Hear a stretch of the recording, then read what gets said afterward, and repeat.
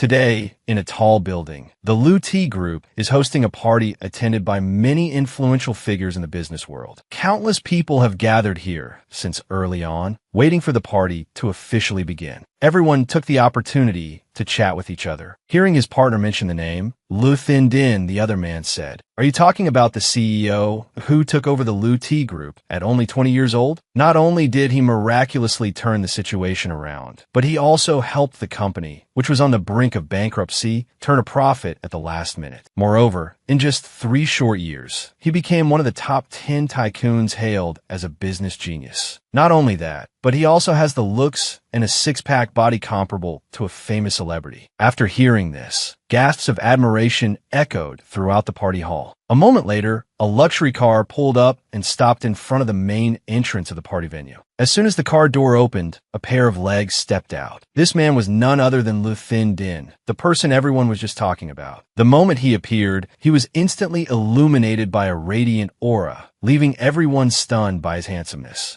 The women from wealthy families stared at him, infatuated, while some couldn't stop showering Lu Thin Din with flattering compliments. "Wow, he's truly a handsome man straight out of a novel. It would be great to meet him just once. However, I heard he already has a girlfriend." The person next to them heard this and asked curiously, "Oh, which wealthy family's young lady is she?" "Well, I heard her background isn't impressive. She's just an ordinary, simple-looking university student. I've seen plenty of her type. She's probably just using her looks to climb the social ladder." Little did they know, their disparaging remarks reached the ears of Chu Bok Hoa, who was standing nearby. Hearing others judge her, her face instantly turned pale, devoid of any happiness, as the other women's words still echoed in her ears. "Lu is definitely just playing around. That's right. I bet she'll be dumped in less than a month." While Chu Bok Hoa was lost in thought, she caught the eye of a young master attending the party. He approached her and struck up a conversation. "May I buy you a drink?" Chu Bok Hoa regained her composure and politely refused. "I'm sorry, I don't drink alcohol." The guy wasn't ready to give up on her, his greedy eyes fixed on Chu Bok Hoa as if afraid his prey would escape. It's a shame to only drink fruit juice at a high-class party like this. Are you worried your boyfriend will be unhappy? You should quickly break up with such a petty boyfriend. For instance, you could consider me. After saying that, he couldn't resist grabbing Chu Bok Hoa's hand to make a move on her. She showed her discomfort and struggled. "Sir, please let go." As the two were struggling, another arm reached out and grabbed the bad boy's hand. Lu Thin Din, exuding a murderous aura, glared unhappily at the guy. He effortlessly twisted the guy's arm behind his back, then questioned him in a stern voice. "Who did you just call petty?" Only then did the bad boy realize in horror who had arrived and Mr. His face was covered in beads of sweat as he immediately admitted his mistake. "Mr. Lu, I misspoke. I didn't know this young lady was your friend." Lu Thin Din, with an imposing presence, said through gritted teeth, "No, you weren't wrong. I am indeed a very petty person." Not wanting to argue further, he authoritatively took out his phone and passed judgment on the Tong family, ordering, "Cease all cooperation with the Tong group for me." Hearing this, the bad boy's limbs went weak. He was then dragged out by Lu Thin Din's men. Only then did he realize the severity of the situation. "Mr. Lu, I didn't mean it like that. Please give me another chance." But Lu Thin Din was decisive and resolute. Once he made a decision, he showed no mercy. After dealing with that guy, he looked over at her unhappily and questioned her reproachfully. "Didn't I tell you I'd have the driver pick you up? Why didn't you wait?" Chu Bok Hoa avoided his gaze. Looking away, "I didn't want my classmates to see." Hearing her answer, Lu Thin Din felt extremely angry. What? She clenched her fists, suppressing her emotions as she spoke. "The last time you showed up at school in your car, it caused a lot of gossip, so I don't want to be talked about by others anymore." Thinking of the scornful and contemptuous words she had accidentally overheard from the group of women earlier, her expression darkened. Lu Thin Din was silent for a moment. The next second, with a hint of displeasure in his voice, he asked bluntly, "Is it so humiliating for you to let others know about our relationship?" He said sarcastically, filled with frustration, "That's right. You sold yourself for money. It's indeed not something to be proud of if it gets out." Her pride wounded, Chu Bok Hoa walked forward in gloomy silence. Behind her, Lu Thin Din continued to rub salt in her wound. But isn't that the truth? Seeing her reaction, he reached out to grab Chu Bok Hoa's hand. The moment his hand touched hers, she unhappily turned around, wanting to struggle and resist. This attitude of hers made him even angrier. Chu Bok Hoa, since you've already taken my money, you should abide by our agreement. He pinned her against the wall with both hands and said sternly, "Don't you know that being obedient is the minimum professional ethic?" As if afraid his words weren't damaging enough, he couldn't control himself and pushed their relationship even further apart. Chu Bok Hoa, or should I say, I can't satisfy you, which is why you're smiling and talking to another man behind my back. Her constant silence frustrated him, and he moved his face closer to warn her, "Don't test my patience. You should know the consequences of making me angry." His possessiveness made her feel extremely suffocated, and she let out a cold laugh. She couldn't take it anymore and started to talk back. A guy who always spouts nonsense is truly nauseating. Lu Thin Din couldn't believe she would say that to him and stood there, stunned. She took advantage of his daze to pull her hand back. His eyebrows suddenly furrowed as he opened his mouth to ask, "What did you just say?" At this moment, Chu Bok Hoa was no longer meek and obedient. It was as if she had transformed into a different person. She became tough and sarcastic. "So young and already deaf? What a pity. Since you didn't hear clearly, let me say it again." Chu Bok Hoa instantly pointed directly at Lu Thin Din's face and unleashed a torrent of words. "I said you're an ugly toad. You may not bite, but you make people sick. Your head is like a shrimp's head because it's full of crap. Does really no one like you? Using someone's mother's medical bills to force them to be your mistress. You're truly shameless." Her words were very loud, and she made no attempt to hide them. Therefore, everyone at the party heard everything. Countless eyes turned towards the two of them. Lu Thin Din was completely enraged. He gritted his teeth and said, "Young lady, you're playing with fire." By now, Chu Bok Hoa knew no fear. She waved her hand back and forth, placed her other hand on her hip, and said in a playful tone, Hey, this isn't called playing with fire." Then, by some magic, a flamethrower suddenly appeared in her hand. Chu Bok Hoa laughed with great delight. "Now this is what you call playing with fire, haha." Lu Thin Din watched, his hair standing on end. Oh my god, where did that flamethrower come from? He quickly calmed down and asked with a serious face, "What do you want to do?" Chu Bok Hoa's eyes were filled with a smiling intent. "Just as you said, I'll let you know the consequences of making me angry." After saying that, without any unnecessary movement, she continued to shoot flames at his face. Lu Thin Din now knew what fear was, but his face was still furious as he roared, "Stop." But having been pushed to the edge, she was now afraid of no one and continued her work of shooting flames to her heart's content. Seeing that she had turned him into a struggling mess, Chu Bok Hoa's excitement grew. She said fiercely, "Lu Thin Din, let me tell you, this is just the appetizer. If you dare to provoke me again, I'll kill you." After saying that, Chu Bok Hoa laughed with great delight, her face becoming more and more ferocious. Lu Thin Din looked on, his hair standing on end. "You're not Chu Bok Hoa. Who are you?" After that, Lu Thin Din was truly terrified and kept staring at the person in front of him. The screech of brakes suddenly jolted him awake. Lu Thin Din was now sitting in a car, drenched in sweat. He secretly sighed in relief. Phew, so it was a dream. Feeling the intense heat, he touched his face and exclaimed,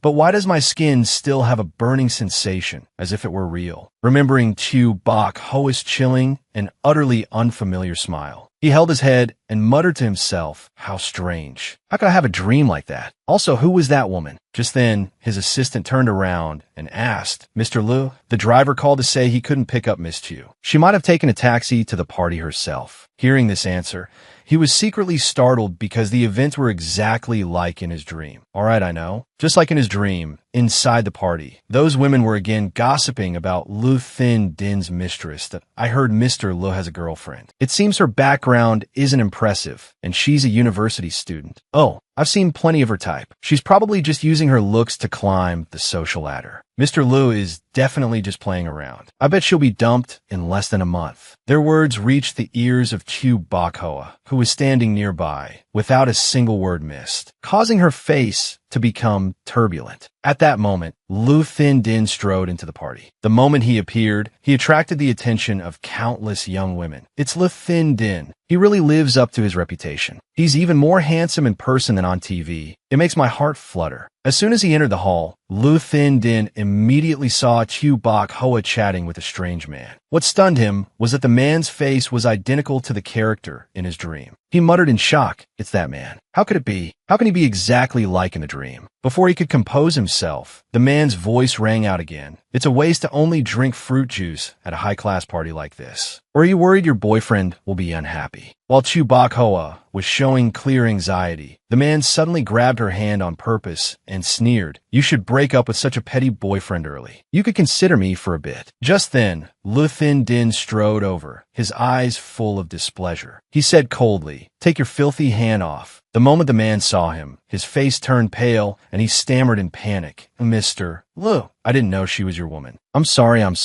After saying that, he quickly fled. Chu Bok Hoa looked at Lu Thin Din, her voice soft but distant. "I'm not feeling well. I'll be leaving first." Just as she was about to turn and leave, his strong hand grabbed her tightly. "Stop!" She turned back, their eyes meeting for a moment, but Lu Thin Din's expression became tense. The images from the dream suddenly flooded back. Chu Bok Hoa's venomous words echoed in his head. "You're an ugly toad. You may not bite, but you make people sick. Your head is full of crap. Does really no one like you? You use my mother's medical bills to force me to be your mistress. You're truly shameless." Lu Thin Din's whole body trembled. He abruptly stepped back, closing his eyes and shaking his head repeatedly, reassuring himself, "Impossible. It was just a dream. I must be overthinking it." At that moment, Chu Bok Hoa's voice brought him back to reality. "The dormitory closes at 12 o'clock. I have to be back before then." Lu Thin Din immediately suggested, "Then come back to the villa with me." Hearing that, Chu Bok Hoa's expression changed slightly as she replied awkwardly, but before she could finish her sentence, she turned and ran. But Lu Thin Din wouldn't let her go so easily. He quickly grabbed her hand, his voice full of dominance. "I said you're not allowed to go." Chu Bok Hoa turned her head in surprise to look at him. Unexpectedly, the moment their eyes met,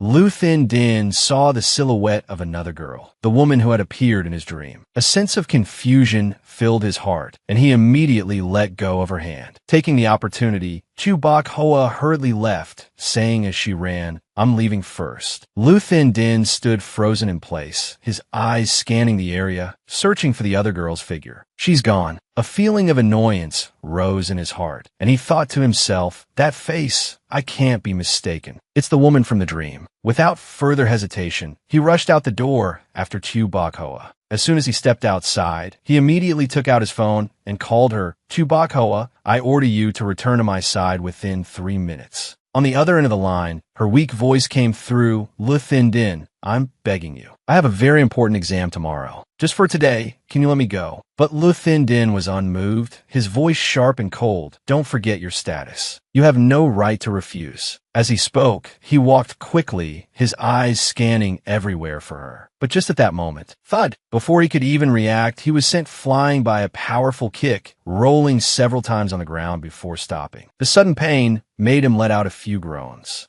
It took him a moment to lift his head and see who had just attacked him. Before him was the cold back of a girl. She slowly turned around, her sharp eyes looking straight at him, her voice full of indifference. "I did warn you." Han Chu Chu, the unexpected name, was the author of this novel, and Lu Thin Din and Chu Bok Hoa, the two people he thought were real, were merely characters in the world she created. Chu Chu narrowed her eyes, the corners of her lips curling up teasingly. "Looking at your miserable state, you've angered Chu Bok Hoa again, haven't you?" Lu Thin Din was stunned and annoyed, frowning at the girl in front of him. A sense of confusion and unease rose in his heart, but before he could open his mouth to retort, her mischievous voice rang out again. "Have you already forgotten everything that happened in the dream so quickly? So young and already have such a bad memory." His eyes darkened, his heart skipping a beat. How did she know about his dream? The image of the woman laughing loudly in the flames involuntarily appeared in his mind, startling him. Was that woman you? His mind in turmoil, he struggled to remain calm, but his tightly clenched fist betrayed his own confusion. A second later, unable to hold back any longer, he shouted, "Who on earth are you? How could you appear in my dream?" Han Chu Chu didn't answer right away, just smiled faintly, pulling a white lily from her pocket and holding it towards him. "Who are you messing with, you brat?" Lu Thin Din quickly backed away, his expression changing in an instant. An allergic reaction hit him, and he sneezed continuously, waving his hand and yelling, "Achoo, achoo, don't come over here." The girl opposite him not only didn't retract her hand, but also casually brought the flower to her nose to smell it, looking amused as if she didn't care about his violent reaction. "Could it be that you know I'm allergic to lilies?" Lu Thin Din frowned, his voice carrying a hint of suspicion. Han Chu Chu answered calmly, "Of course, because I am your mother." This statement left Lu Thin Din dumbfounded, thinking she was joking. He narrowed his eyes, his voice full of caution. "You." But before he could react, Chu Chu held the flower in front of him, her eyes much more serious. "To be precise, I am the one who created you." A flash of shock appeared in Lu Thin Din's eyes. Was the girl in front of him crazy? What I'm about to say might be a bit hard to believe, but it's all true. Chu Chu continued, each word like a hammer blow to his perception. "The world you're living in is actually just a novel. You, Chu Bakhoa, and everyone else are just characters in my story, and I am the author." This story began 3 days ago. In front of her laptop screen, Han Chu Chu was eagerly checking reader feedback on her story, but as soon as she read the first few comments, her blood boiled. Below were a flood of reader comments. "What the hell is this? Who still reads angsty stories? We want sweet, fluffy romance." The male lead is arrogant, stubborn, and doesn't respect the female lead. This kind of person would have been beaten to death in real life. The female lead is the type who's stupidly in love, enduring physical and emotional abuse without breaking it off. Is she sick? The author must have been single since birth. Who in love would write something so anti-human? I'm dropping this. Reading it makes me so angry I could cough up blood. Chu Chu was so angry she almost smashed her keyboard. She gritted her teeth and yelled, "When I write fluff, you want angst. When I write angst, you want fluff. What the hell do you people want? Daring to criticize my writing style. Who do you think you are?" Unable to hold it in any longer, she immediately replied, each word seeming to burn the screen. "Trashy reader, give me the keyboard. I'll let you write it. Graduated from elementary school, university, postgrad. So what? Are you that smart? Dare to show your diploma? I've only dated handsome guys. Don't think you've seen more than me. Saying I've been single since birth? Your fingers are faster than your brain. Dare to prove it on a live stream. If you can't write, then eat shit on the spot for her. Me." After venting all her anger, Chu Chu leaned back in her chair and let out a breath. Phew, so refreshing. But before she could savor her victory, her phone rang loudly. She picked up the phone, her voice still annoyed. "Hello." From the other end of the line, an angry shout made her immediately pull the phone away from her ear. "Han Chu Chu, are you crazy? You dare to fight with your readers? Do you want your contract terminated?" Chu Chu's face turned pale, and she immediately softened her tone. "Editor Lee, please don't. I'm a longtime author on your website. Are you really going to terminate my contract over a few tactless comments from readers?" But the voice on the other end was cold and uncompromising. "You've been writing for 3 years. Have any of your books become a hit? Readers nowadays read for entertainment. Who still reads old-fashioned, angsty, domineering CEO stories? I've told you to change your style so many times, but you're still stubborn. Now the story's views have dropped dramatically from last month, hitting an all-time low." Chu Chu's heart pounded, and cold sweat beaded on her forehead. Editor Lee continued, "I tried very hard to get you this front-page recommendation spot, but don't say I didn't warn you. If you can't bring the views back up this month, your resources will be given to another author." Hearing this, Chu Chu was truly panicked. Just then, a new email popped up on her screen. She opened it with trembling hands, read it, and then hurriedly pleaded, "Sister Lee, my dear sister, I'm begging you, don't terminate the contract. I live off my royalties. Don't worry, I'll fix it. I'll write a fluffy story right away." The other end of the line was silent for a long time. Chu Chu swallowed nervously and said, hello, are you still there?" And then the cold voice finally came, carrying news like a bolt from the blue. "No need. You've just been reported by a reader. Prepare to have your story taken down." Han Chu Chu jumped up from her chair in shock, almost screaming, "What? Take down the story?" She was completely stunned, feeling something heavy in her chest that left her speechless. Just a second later, her head suddenly spun. She clutched her head, her voice cracking, my head. The world before her blurred. The image became hazy and then gradually went dark. Han Chu Chu lost control. Her whole body went limp, and her eyes closed unconsciously. Everything happened so fast. She was taken straight straight to the hospital, transferred to the emergency room in a flash. Outside, her parents waited with panicked expressions, too worried to speak. The medical staff hurriedly drew the curtain and began emergency treatment. Soon after, she was moved to the operating room. In surgery, light turned on, dyeing the tense atmosphere red. Time passed, as if it were stretching endlessly. Suddenly, with a loud bang, the operating room door burst open. The doctor walked out with a heavy expression and shook his head slightly. Seeing this, Han Chu's parents collapsed and burst into choked sobs. Inside the room, her body still lay there, but her soul was floating in the air. She looked down, feeling something very strange. She felt extremely uneasy as her eyes fell on the image of her parents crying bitterly outside. Her heart tightened. What's happening? Has my soul left my body? Am I dead? She looked at her transparent hands with trembling, a wave of fear washing over her. On the hospital bed, her mother called out in a choked voice, "Chu, wake up, look at Mom." Her soul swayed, her sad voice echoing in despair. "I'm sorry, Mom and Dad. I'm so useless for causing you so much pain. I haven't been able to do anything right since I was little. It was hard to get into university, then I was unemployed after graduation. Even my novels, no one reads them. In my whole life, I've never succeeded at anything. But, her voice choked up. I don't want to die yet. I'm only 24. I haven't lived a full life, haven't fulfilled my duties as a daughter. I haven't even had a single romance." The readers were right. I've been single since birth. I fundamentally can't write a sweet love story.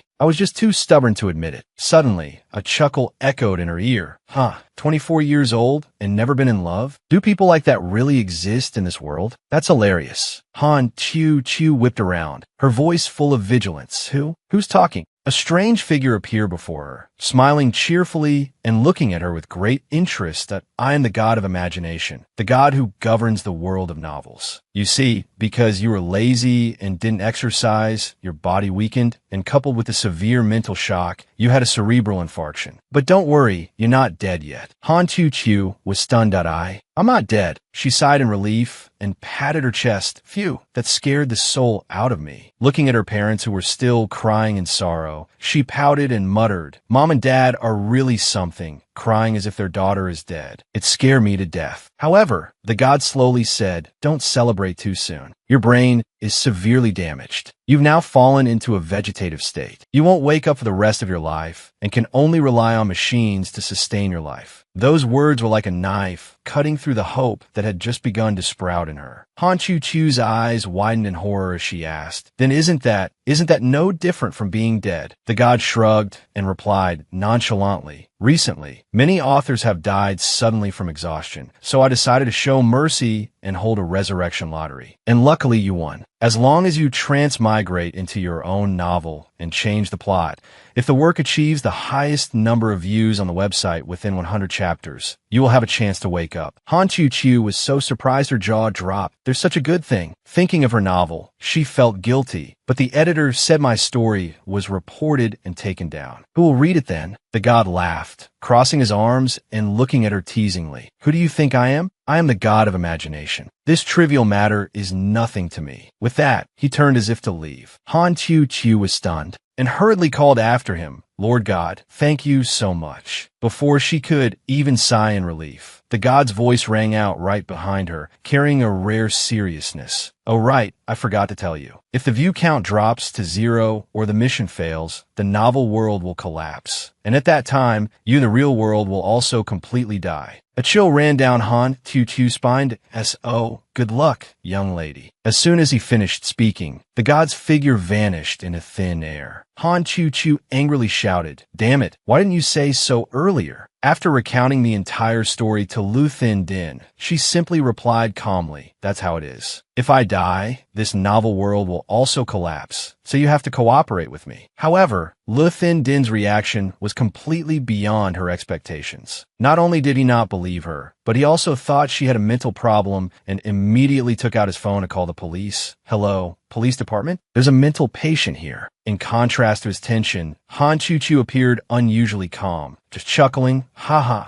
I knew it would be like this. Good thing I prepared in advance." To prove her words were true, she recited his detailed background. Lu Din, male, 26 years old, the youngest billionaire in history, once ranked among the richest people. The world praises you as a genius, a child of heaven. But in reality, you were just an ordinary boy when you were young, even quite pathetic. At 5, you wet the bed and were chased around the yard by your mother. At 8, you fell into a manure pit while riding a horse carelessly, and since then, you've developed mysophobia. At 10, you ate too much candy, causing your whole mouth to be full of cavities, and you were so fat that you were teased by female students, which made you determined to quit sweets. Lu Thin Din was stunned. These were things that only his family members knew. How do you know these things? He looked at her in astonishment. Han Chu Chu shrugged confidently. Of course, because all these lovely details were carefully set up for you by this author mother of yours. After speaking, she approached him, a mysterious smile on her face. Do you believe me now? But in response, Lu Thin Din just frowned and shouted angrily, "You're a crazy person. How dare you investigate me?" Han Chu Chu laughed. "Haha, you're really stubborn. It seems I have to use my ultimate move." She paused for a moment and then said slowly, "There's one more secret. This is something that not even your family knows." Immediately after, she pointed at him and said loudly, "You have hemorrhoids, don't you?" Haha.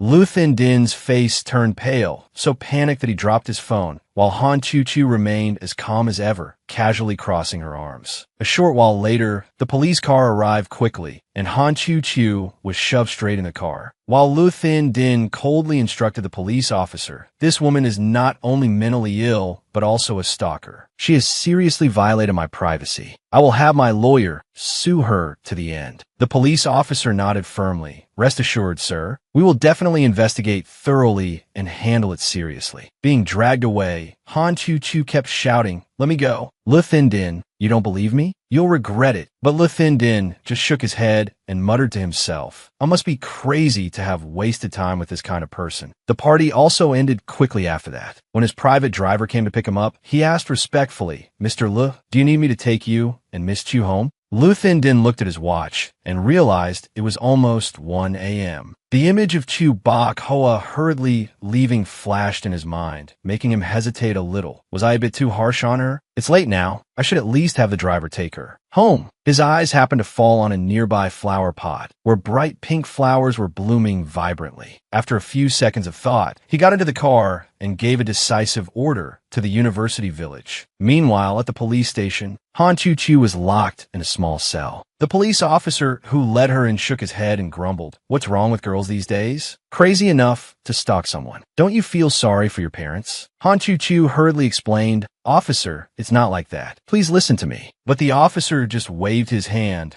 cutting her off. "The other party is preparing to sue. You can save whatever you have to say for the court." Just then, her phone vibrated. Beep beep. Novel plot has changed. Latest data is updating. Han Chu Chu was startled and quickly opened her phone to check. Comments appeared on the screen. Is this male lead sick? He gets angry at the female lead at the drop of a hat. What kind of domineering attitude is that? Why doesn't a car just hit him and kill him already? Huh? Who is this new woman who just appeared? Han Chu Chu froze and muttered, "New woman? Are they talking about me? Does that mean what just happened has appeared in the novel?" She continued to scroll down and read on. She claims to be the author and even wrote herself into the story. Oh my god, she's that narcissistic. She was so angry she almost threw her phone. Humph, you all think I wanted this? What I need isn't fame, it's my life. Before she could calm down, she read another comment. The author is so thick-skinned, but the male lead is even thicker. He clearly chased the female lead away, and now he's going to her school to find her. If the female lead forgives him, I'm dropping this story. Han Chu Chu was stunned that Lu Thin Din went to the school. What does he want to do? No, he absolutely must not cause any trouble. In her anxiety, she immediately banged her hands on the bars, shouting, "Please let me out. I have something urgent to do." But just then, an annoyed voice came from behind. "What are you yelling about? Trying to disturb other people's sleep?" She turned her head and immediately saw 3 unfamiliar girls. One of them, wearing a black shirt, was trying to look cool by cracking her knuckles, her eyes full of threat. "You brat, don't you know the rules?" just after getting in. The brown-haired girl also chimed in, her tone full of provocation. "Tired of living, are you?" However, Han Chu Chu wasn't scared at all. On the contrary, she was trying to remember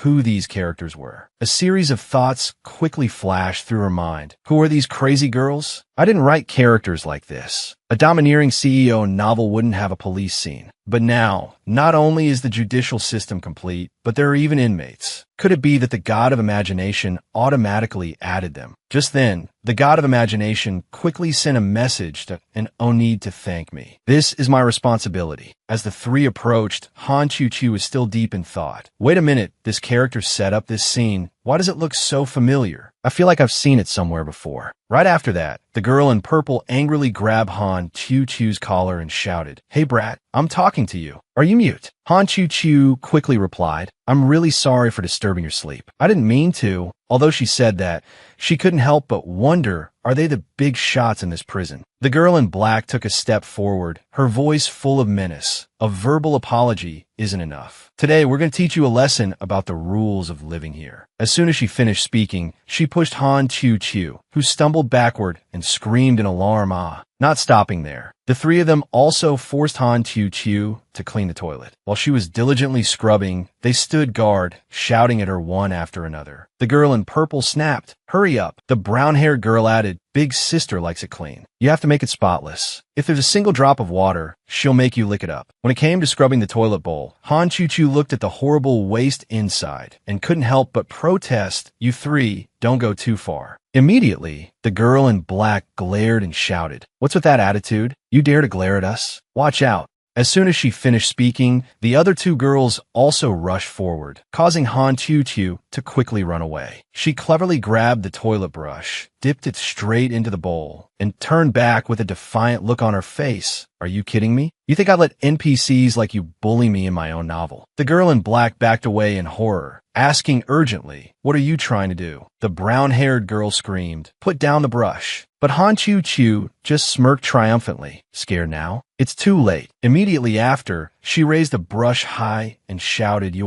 watch me," shouting as she charged forward to attack. The three of them fled in panic, screaming as they ran, "Oh, don't come over here. It's so gross." But Han Chu didn't let up, swinging the brush and shouting, "This brush is covered in poop. Let's see who lasts longer. Come on, I'll take you all on. Who gave you permission to bully me? Huh? Di Sveti." Finally, seeing the three of them run away in panic, Han Chu laughed triumphantly, crossing her arms and watching them go, "Ha ha ha, a great victory. This is truly the going crazy genre in literature. How could they bully me? Ha ha ha." But in reality, it was all in Han Chu's imagination. In reality, she was still standing still, smiling faintly to herself. Seeing this, the girl in purple frowned in annoyance. What the hell is she laughing at? The girl in black clenched her fist, her voice full of threat. "Playing dumb, huh? You want a beating?" Immediately, afraid of being actually beaten, Han Chu quickly bowed her head, picked up the cleaning rag, and continued her work, obediently replying, "Yes, I'll clean it right away." While cleaning, Han Chu felt wronged, tears streaming down her face as she muttered resentfully, can't win,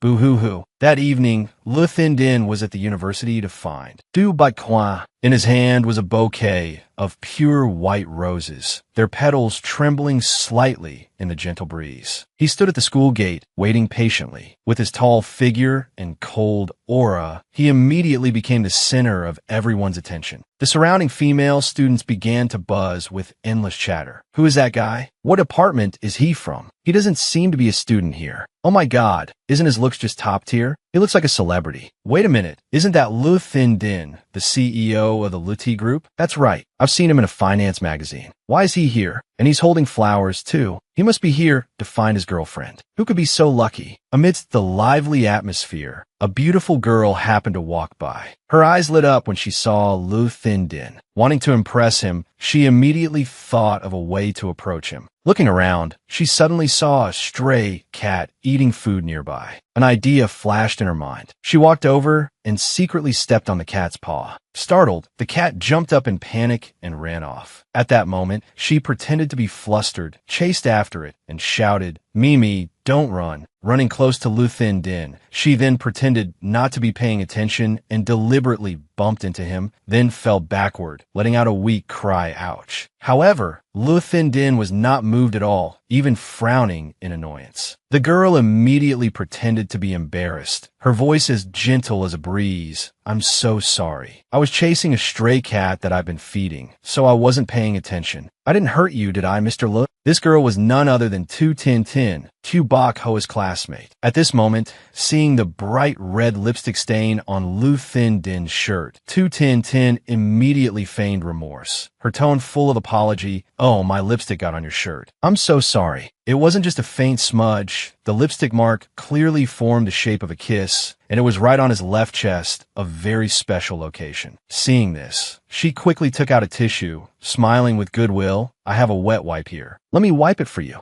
But Lu Thin Din, without a moment's hesitation, decisively sidestepped her, his eyes cold. No need. Not only that, but he also took off his jacket without any reluctance and threw it away right in front of her. His tone became even colder. "The clothes are dirty. I won't wear them anymore." At that moment, Tu Tin Tin's expression froze, and a wave of humiliation made her unable to stop stammering. Dirty clothes? That scene made the people around them gossip, especially the female students, their eyes glued to Lu Thin Din's muscular physique. No one could hide their infatuation. "Oh my God, the way he took off his jacket was so cool. That's a divine body. Those abs are so handsome, they're making me faint." In contrast, the male students looked on with a mix of jealousy and regret at the discarded jacket. "That jacket is from that brand. A set costs tens of thousands of yuan. Oh my God, he's such a tycoon, throwing it away just like that. But I'm so envious. Boo-hoo-hoo." Ignoring the buzzing chatter, Lu Thin Din strode away, heading straight for the library where Chu Bok Hoa was. Watching his retreating back, Tu Tin Tin hesitated for a moment, but then decided to call out after him, "Lu Thin Din, are you here to find Chu Bok Hoa?" Hearing this, he turned back, his eyes indifferent. "You know her?" Not missing the opportunity, Tu Tin Tin quickly approached, her voice carrying a hint of intimacy. "Of course. Bok Hoa and I are good friends. The last time she was hanging out with us at the KTV, you came to pick her up. We all saw it then." But Lu Thin Din just replied faintly, "Is that so? I have no impression." Those indifferent words made Tu Tin Tin freeze for a moment, a spark of indignation rising in her heart. Is this guy blind? How am I any less than Chu Bok Hoa? On what basis does he not remember me? Seeing him about to leave,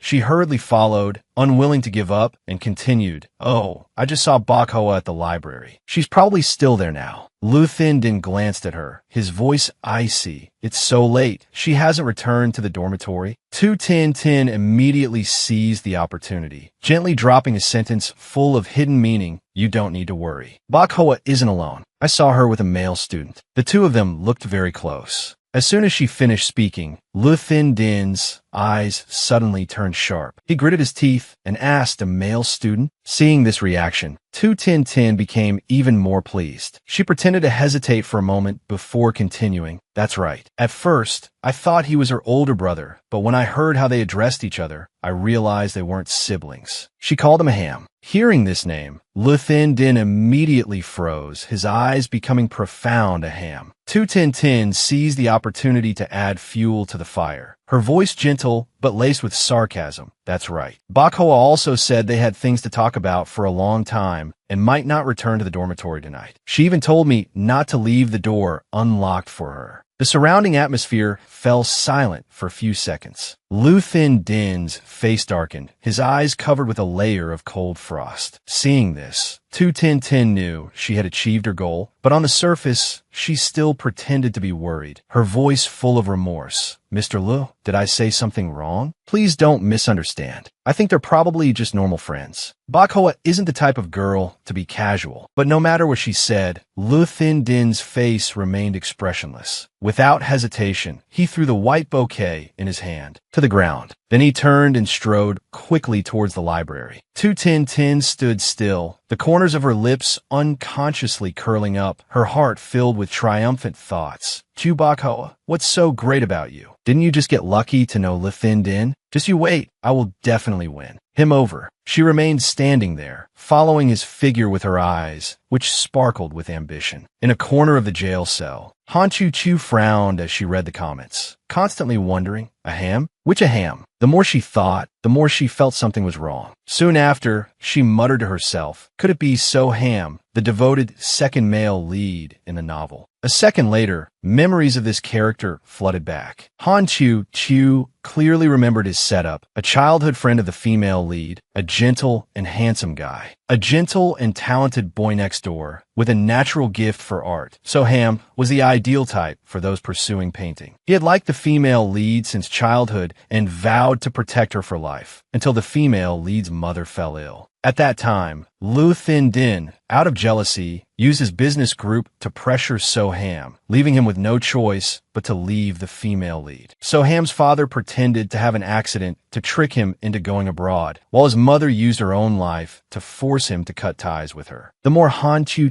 thought, the more confused she felt. According to the original plot, So-ham should be abroad at this time. So why did he appear here at the female lead school? It didn't stop there. She also remembered Tu Tin Tin. In the novel, she was just a minor supporting character, not even having a single line of dialogue. But now, not only was she present, but she also directly approached Lu Thin Din. Could it be that not only the main characters, but also the supporting characters were gradually awakening their consciousness? Thinking of this possibility, Han Chu couldn't help but be astonished. A second later, a sense of unease filled her heart, making her clutch her head in distress. If things continue like this, there will be more and more uncontrollable factors. How can I keep the plot on the right track? What should I do now? While she was panicking, a slipper suddenly flew straight at her head. Tu Kai had shouted angrily, "What's all the noise? Trying to slack off? Get back to work." Han Chu was dazed from the hit and quickly replied, Yes, I'll do it right away." Meanwhile, at the school library, when So-ham appeared next to Chu Bok Hoa, people immediately started gossiping, "Isn't that So-ham, the youngest designer at MK and also a disciple of Master Jessica? I heard he also graduated from our school." A second later, a blushing female student timidly approached, holding out a book and saying shyly, "As senior So, I'm a fan of yours. Can I have your autograph?" So-ham was slightly surprised but still nodded happily, "Of course you can." As soon as he finished speaking, he quickly signed the book. The female student was so happy that she screamed as she ran out of the library. "Ah, senior, So-ham signed for me." A while later, So-ham and Chu Bok Hoa stood together in front of his portrait hanging on the library wall. "Your childhood dream was to become a fashion designer. Now you've finally done it. Not only have you joined a prestigious company, but you're also famous abroad. I'm really happy for you." However, contrary to her excitement, So-ham's eyes were sad, and his voice deepened with a hint of bitterness. "If the price of this success is losing you, I'd rather not have it." The unexpected words stunned Tu Bok Hoa. She lowered her eyes, not knowing how to respond. But So-ham continued, "At that time, my father had no intention of paying for your aunt's surgery. You promised me that even if you went abroad, you would keep in touch. But since that day, I haven't received a single call from you. If I hadn't accidentally met a classmate and found out about your situation, how long were you planning to hide it from me?" Chu Bok Hoa bit her lip and remained silent. She didn't dare to look him in the eye. So-ham still loved her. That couldn't be hidden. The emotions that had been suppressed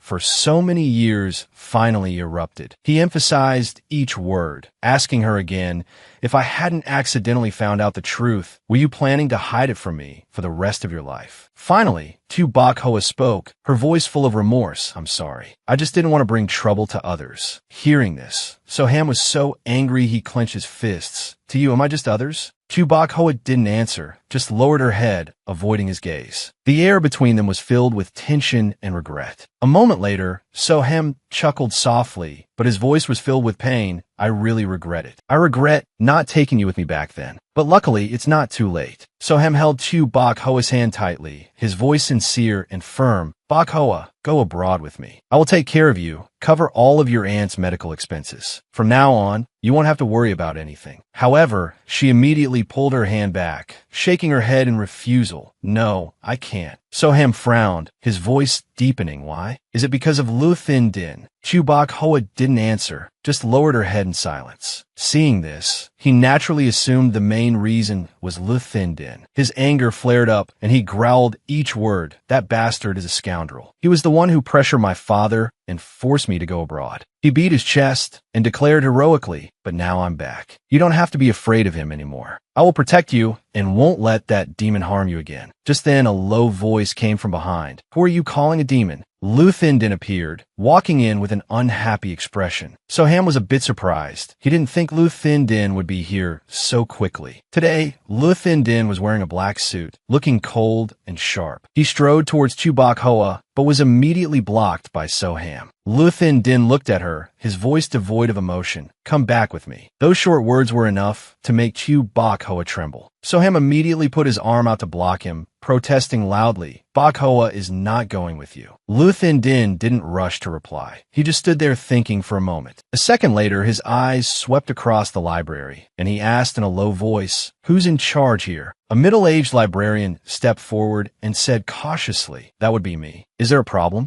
Lu Thindin slowly asked, "Doesn't the sign on the library door clearly state that pets are not allowed?" The librarian looked around, bewildered, and asked back, "Pets? Where?" Lu Thindin smirked coldly, his sharp gaze directed at Soham, "A dog this big, and you can't see it?" Understanding that he was being referred to, Soham gritted his teeth, his eyes filled with angry fire. At this point, the students in the library began to gather and gossip endlessly. What's going on? It looks like two guys are fighting over a girl. Wait, isn't that Senior Soham? The other guy is really handsome too. Looks like there's a show to watch. The librarian looked at the scene before him and sighed to himself. These students, instead of studying at night, they're acting out an idle drama right in front of me. I'm covering for old Lu. I absolutely can't let any trouble happen. Meanwhile, Chu Bok Hoa, afraid the situation would worsen, quickly spoke up, "Lu Thindin, don't cause any more trouble. I'll go back with you." However, Soham immediately pulled her back, saying firmly, "Bok Hoa is not your property. On what grounds do you order her around?" Lu Thindin didn't flinch, his determined gaze fixed on his rival, "On the grounds that she is my woman." Hearing this, Soham shouted angrily, "Bok Hoa is my childhood sweetheart. If you hadn't taken advantage of her when she was in trouble, using her mother's surgery money to force her, she wouldn't have had to suffer the indignity of being with you." These words immediately caused the crowd to become more boisterous than ever. Something like that happened? It's just like a domineering CEO in a novel. Don't get too caught up in the story. In real life, doing that is just despicable. Using money to force someone to be with you. You can keep the person, but not their heart. Lu Thindin's face darkened slightly, his eyes sharp as he gritted his teeth, his voice full of threat. "Do you dare say that again?" But Soham was not afraid at all and retorted bluntly, "Bok Hoa has never liked you. A person like you only makes her feel nauseous." A second later, Lu Thindin completely lost control. Without hesitation, he threw a punch straight at Soham's face. Chu Bok Hoa rushed forward in panic to support him, asking worriedly, "Aham, are you okay?" Soham turned to look at her and gave a weak smile, reassuring her in a soft voice, "I'm fine." But seeing the wound on his face, Chu Bok Hoa's heart ached even more. She turned to Lu Thindin and said angrily, "Lu Thindin, you've gone too far." She looked up straight at him and questioned loudly, "Aham was just concerned about me. On what grounds did you hit him?"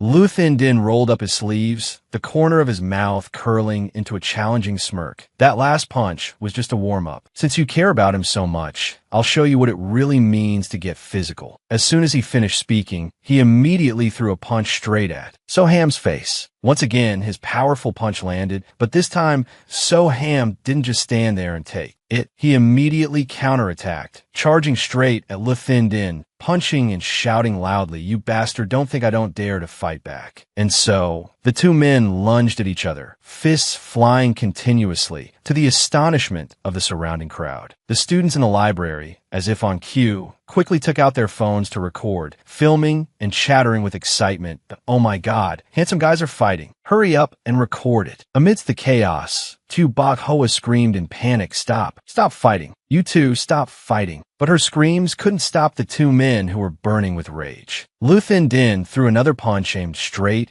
at Soham's face, but his opponent managed to dodge it in time. Seizing the opportunity, Soham immediately kicked hard at Lu Thindin's shin, causing him to lose his balance and fall forward, crashing straight into two flower pots in front of him. The flower pots wobbled and then fell over, releasing a gentle fragrance. As soon as he looked up, Lu Thindin immediately recognized they were lilies. His eyes darkened, and he instantly covered his nose with his hand. It's Lily's. At the same time, Tu Bok Hoa hurriedly ran to Soham's side, anxiously taking his hand. Aham, are you okay? Soham shook his head slightly, his voice reassuring. It's just a small wound, don't worry. But she couldn't be at ease. Seeing blood trickling from the corner of his lips, she said firmly, You're bleeding. Let's go to the hospital. Not giving him a chance to refuse, Tu Bok Hoa immediately helped Soham leave, completely ignoring Lu Thin Din behind them. Seeing this, he became so angry that veins popped on his forehead, and he immediately shouted loudly, Don't go! Tu Bok Hoa's steps suddenly halted. She slowly turned around, her cold eyes looking straight at him. Every word she spoke as sharp as a knife. Lu Thin Din, besides using money and your fist to oppress others, what else do you know how to do? Soham is right. You're truly disgusting. Lu Thin Din stood frozen in place, a look of shock on his face. He couldn't believe what he had just heard with his own ears. Disgusting. Just then, the scent of lilies wafted into his nose, making him dizzy. His whole body began to sway, and his vision started to blur. And then, with a loud thud,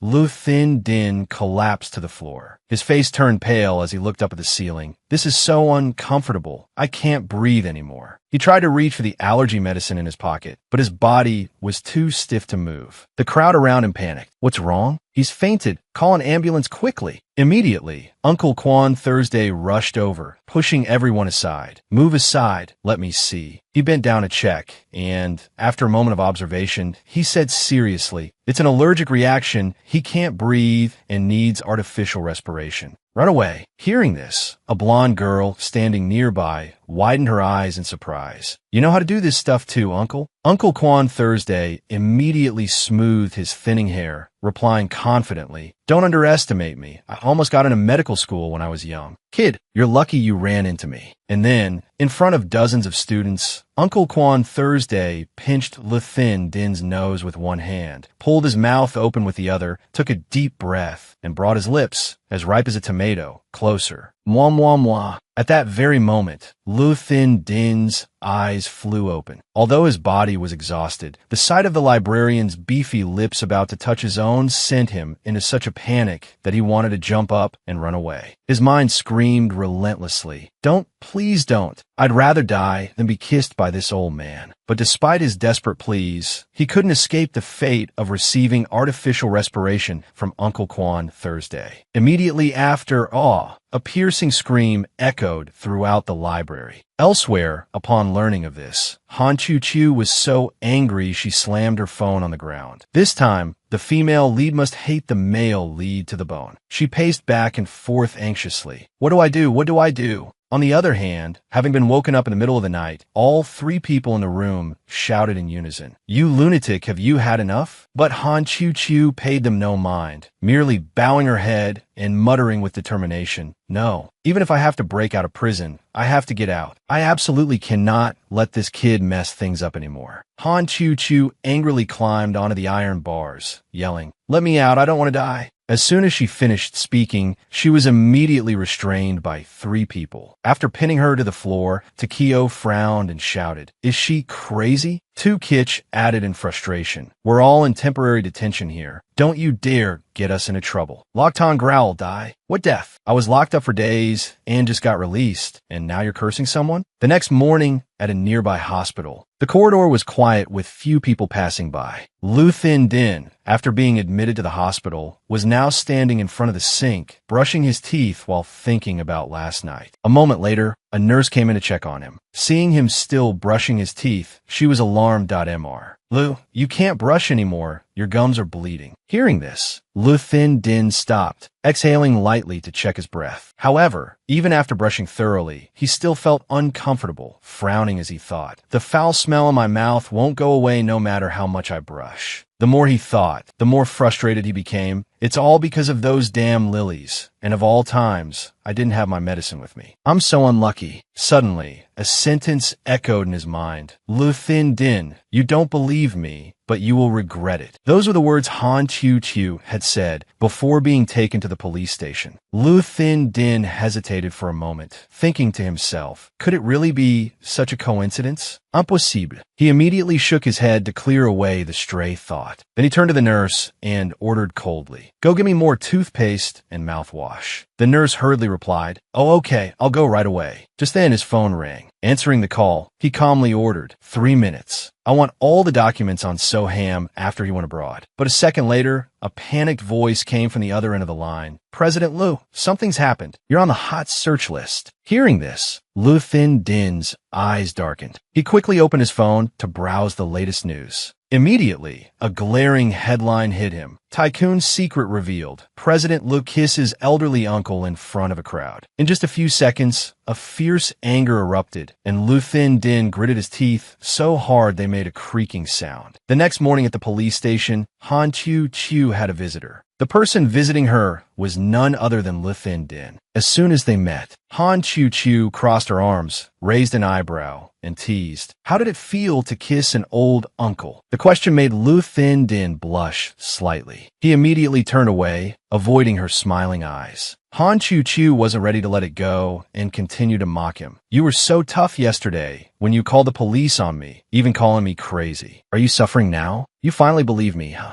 Liu Thin Din didn't answer, only asking in a low voice, "Tell me, who sent you, and what is your purpose?" Hearing this, Han Chiu Chiu's eyes widened in surprise, exclaiming, "Huh? What are you talking about?" But Liu Thin Din had no intention of joking. His voice was cold and sharp. "That I've met plenty of corporate spies like you. Although your methods are a bit different, finding out your true identity is just a matter of time." He held up 2 fingers, proposing, "I'm a man who values efficiency and likes to solve things in the most direct way. Whatever your backer paid you, I'll pay you double. If you refuse to cooperate, then your end won't be a good one." With that, he placed a file on the table. Han Chiu Chiu glanced at it and was immediately stunned. A corporate criminal sentenced to 30 years in prison, oppressed for a long time, his body covered in incurable injuries, eventually died. A man went missing, and when found, his organs had been removed. It was known that he had previously sold corporate information, offending many powerful bosses. Skimming through these headlines, Han Chiu Chiu's eyes widened. She panicked, telling herself, "Wait a minute, I don't remember writing such bloody content." Unable to hold back, she slammed the table and shot up, her voice full of indignation. "Are you insane? Stop making wild assumptions. I've already told you, I'm the author of this book. What will it take for you to believe me?" Liu Thin Din looked at Han Chiu Chiu with suspicion. "Don't think you can get away with it by pretending to be crazy. I have my ways of making you tell the truth." Just then, Secretary Vong leaned close to his ear and whispered, "President Liu, it's time. You have 2 more meetings shortly." Hearing this, Liu Thin Din frowned, propped his hands on the table, and stood up in frustration. Before leaving, he gave a cold order. "Inform the police that I suspect her of stealing trade secrets and demand they investigate immediately." Not stopping there, he threw back a threat. "Maybe keeping you in here for a lifetime isn't a bad idea." The next second, Han Chiu Chiu stared at him with resentful eyes. As he was about to leave, she suddenly spoke up. "If that's the case, I have no other choice. I'll tell you whatever you want to know." Liu Thin Din immediately stopped, turning his head to look at her searchingly. After a moment of thought, he asked, "Are you sure you'll talk?" Han Chiu Chiu smiled, her voice full of hidden meaning. "Come a little closer." She pointed at the people standing behind him and said softly, "I don't want anyone else to hear." Liu Thin Din remained still, his sharp eyes observing her as if trying to see through any scheme. After a few seconds of hesitation, he slowly walked over, but he still kept his distance, standing on the other side of the table from her. Suddenly, Han Chiu Chiu also leaned in close to his ear, whispering something. She suddenly stopped, then exclaimed with indignation, "You unfilial son." At that moment, quick as a flash, she pulled the pen from his jacket pocket, uncapped it, and roared, "Go to hell." The sharp tip of the pen plunged straight into Liu Thin Din's neck. In an instant, he collapsed to the floor. Secretary Vong screamed in panic, "President Liu." Meanwhile, despite being restrained by the police,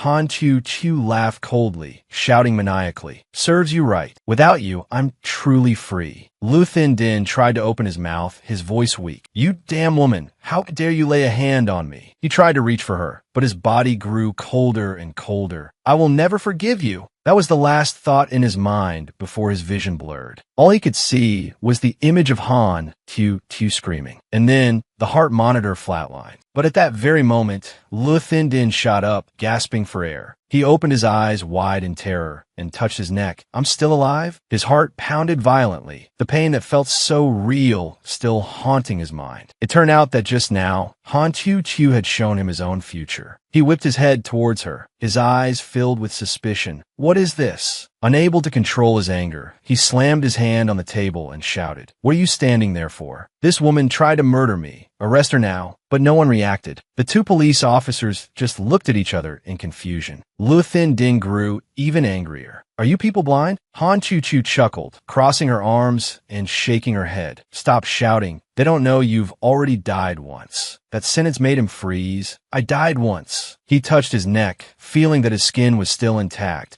but the excruciating pain, the suffocating breath, the gushing blood, it all felt terrifyingly real. Impossible, the memory of blood pouring from his neck, his breath catching, his heart stopping, it all flashed vividly in his mind. Lu Thindin broke out in a cold sweat. His breathing was heavy, his voice trembling. Just now, I really did die once. He looked straight at Han Chu, growling each word. Why? What on earth did you do? He completely lost control, lunging towards her with bloodshot eyes. But Han Chu just calmly held up a finger and wagged it in front of him. Calm down, calm down. She smiled lightly, her voice teasing. You don't want to be seen as a lunatic and locked up like me, do you? Then she tilted her head and continued leisurely. Actually, it's nothing that amazing. I simply rewound the script by 1 minute. Routine din phoned. Script? Rewound? What does that mean? Han Chu explained nonchalantly. I was chosen by the brain god. I have 3 chances to change the script. I didn't intend to use one so soon, but who's to blame for you being so stubborn and not believing me? She squinted, smiling with hidden meaning. If you still don't believe me, I don't mind doing it again. Lu Thindin backed away in alarm, his voice full of caution. You stay away from me. Just then, Secretary Vong walked over, bent down, and whispered in his ear, President Lu, it's time. You have 2 more meetings shortly. Hearing this, Lu Thindin was startled. A flash of shock crossed his eyes as he realized Secretary Vong's lines were exactly the same as before. He slowly turned to look at Han Chu, a thought flashing through his mind. Could she be telling the truth? The next second, an image of himself as a puppet controlled by an invisible hand appeared in his mind. A sense of unease washed over him, and he muttered, This is really a novel world, and I'm just a character in a story written by someone else. No, it can't be. This is too absurd. This truth caused him, a domineering and arrogant president, to completely break down. He clutched his head, trying to find a more logical explanation. Seeing this, Secretary Vong approached worriedly and asked in a low voice, President Lu, are you all right? Are you not feeling well? But Lu Thindin didn't bother to reply. After a few seconds of silence, he gave a cold order. Cancel all of today's meetings. Then, his gaze darkened as he glanced at Han Chu. Poster bail. I want to see her in my villa within 3 minutes. And so, very quickly, Han Chu was taken to his villa. Lu Thindin's villa was indeed overwhelmingly luxurious, with not only an artificial stream, but also a large swimming pool and a balcony with an expansive view. Han Chu walked around, her eyes shining, her voice full of excitement that it's exactly like in the book. No, it's even more beautiful than I imagined. Then she suddenly choked up, tears falling uncontrollably. She laughed while wiping her tears and muttering, To be able to see the world I wrote with my own pen, what could be more blissful for an author? Suddenly, she remembered something. Her eyes lit up with joy. That's right. In the book, there's a 6-figure massage chair. That's my favorite thing. Immediately, she scanned the room, and when she saw the familiar chair, she cheered with delight. There it is. Overcome with happiness, Han Chu ran and jumped all over the villa. But just as she was having fun, she carelessly tripped and fell to the floor right in front of Lu Thindin. He frowned at her, his voice cold and annoyed. Who gave you permission to touch things in my house? Han Chu wasn't scared at all, even acting as if she were the true owner. Don't forget who created all of this. Can I enjoy the things I wrote? Lu Thin Din was momentarily stunned, but then he snorted coldly. Bringing you here doesn't mean I believe you. Unless. Hearing this, Han Chu Chu immediately cut him off. Unless what? He stared at her, slowly emphasizing each word. Unless you can turn everything back to before it happened. Han Chu Chu was stunned, a hint of confusion in her eyes. She pondered for a moment, then let out a soft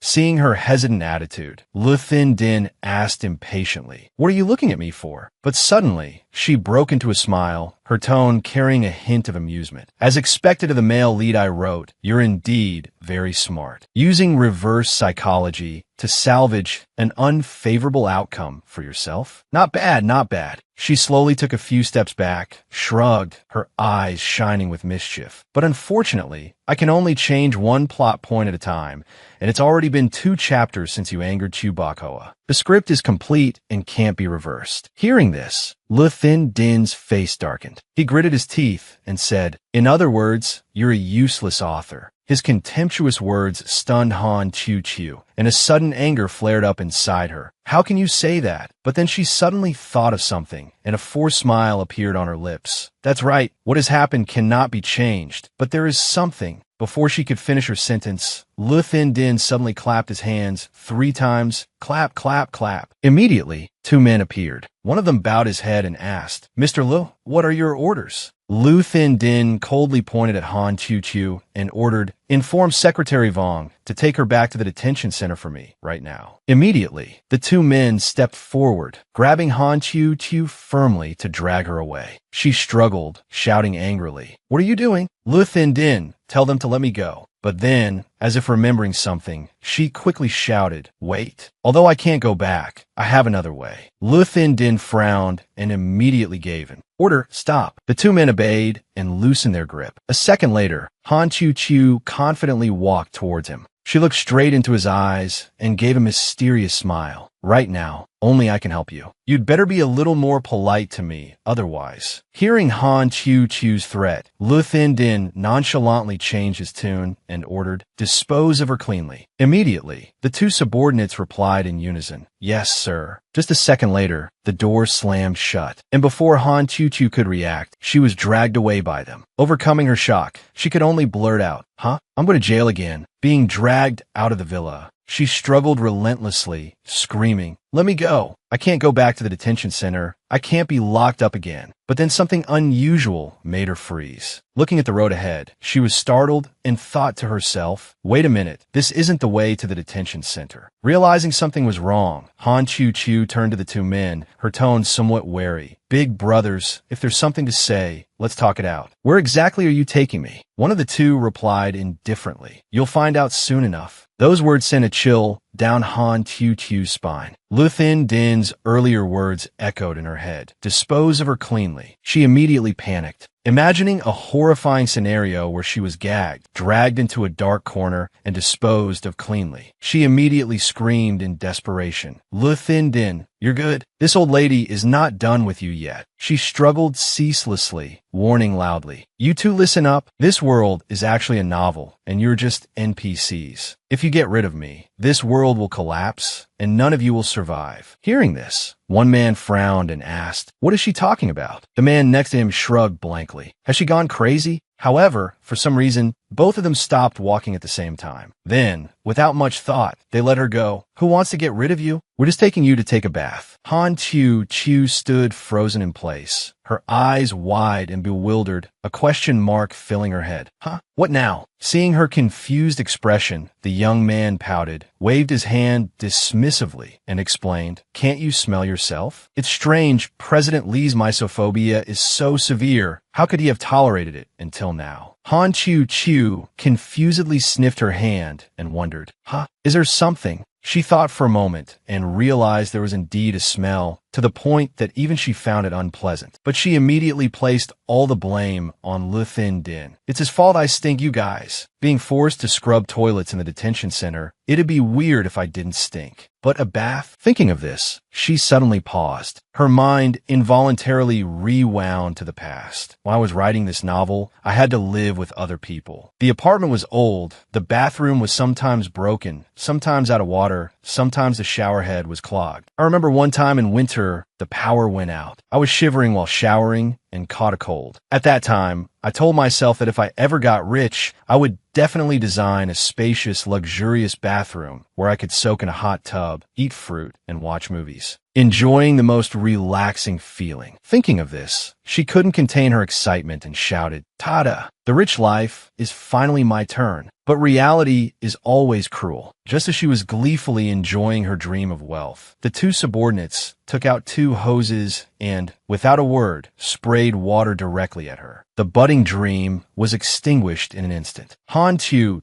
could only stand there, shivering and enduring it, her heart full of disappointment. After washing up, with her hair still not completely dry, Han Chu immediately went to find Le Thin Din to vent. As soon as she saw him, she angrily threw a towel at his face and shouted, "Le Thin Din, are you even human? Making me bathe with a garden hose. Do you think I'm a dog?" Not stopping there, she pointed at the clothes on her body and continued angrily, "And this outfit is horribly ugly. Doesn't your house have a single set of clothes for a woman to wear?" Faced with her fury, Le Thin Din remained calm and replied nonchalantly, "First, my dog has its own grooming team and would never be bathed with a garden hose. Second, my house has no women's clothes. This outfit was left behind by a careless worker. If you don't like it, you can wear your old clothes back. However," he paused for a moment, glancing at her with disgust, "if you want to wear the old set, talk to me outside." As he finished, he casually tossed her towel aside. Han Chu was furious enough to see stars. At that moment,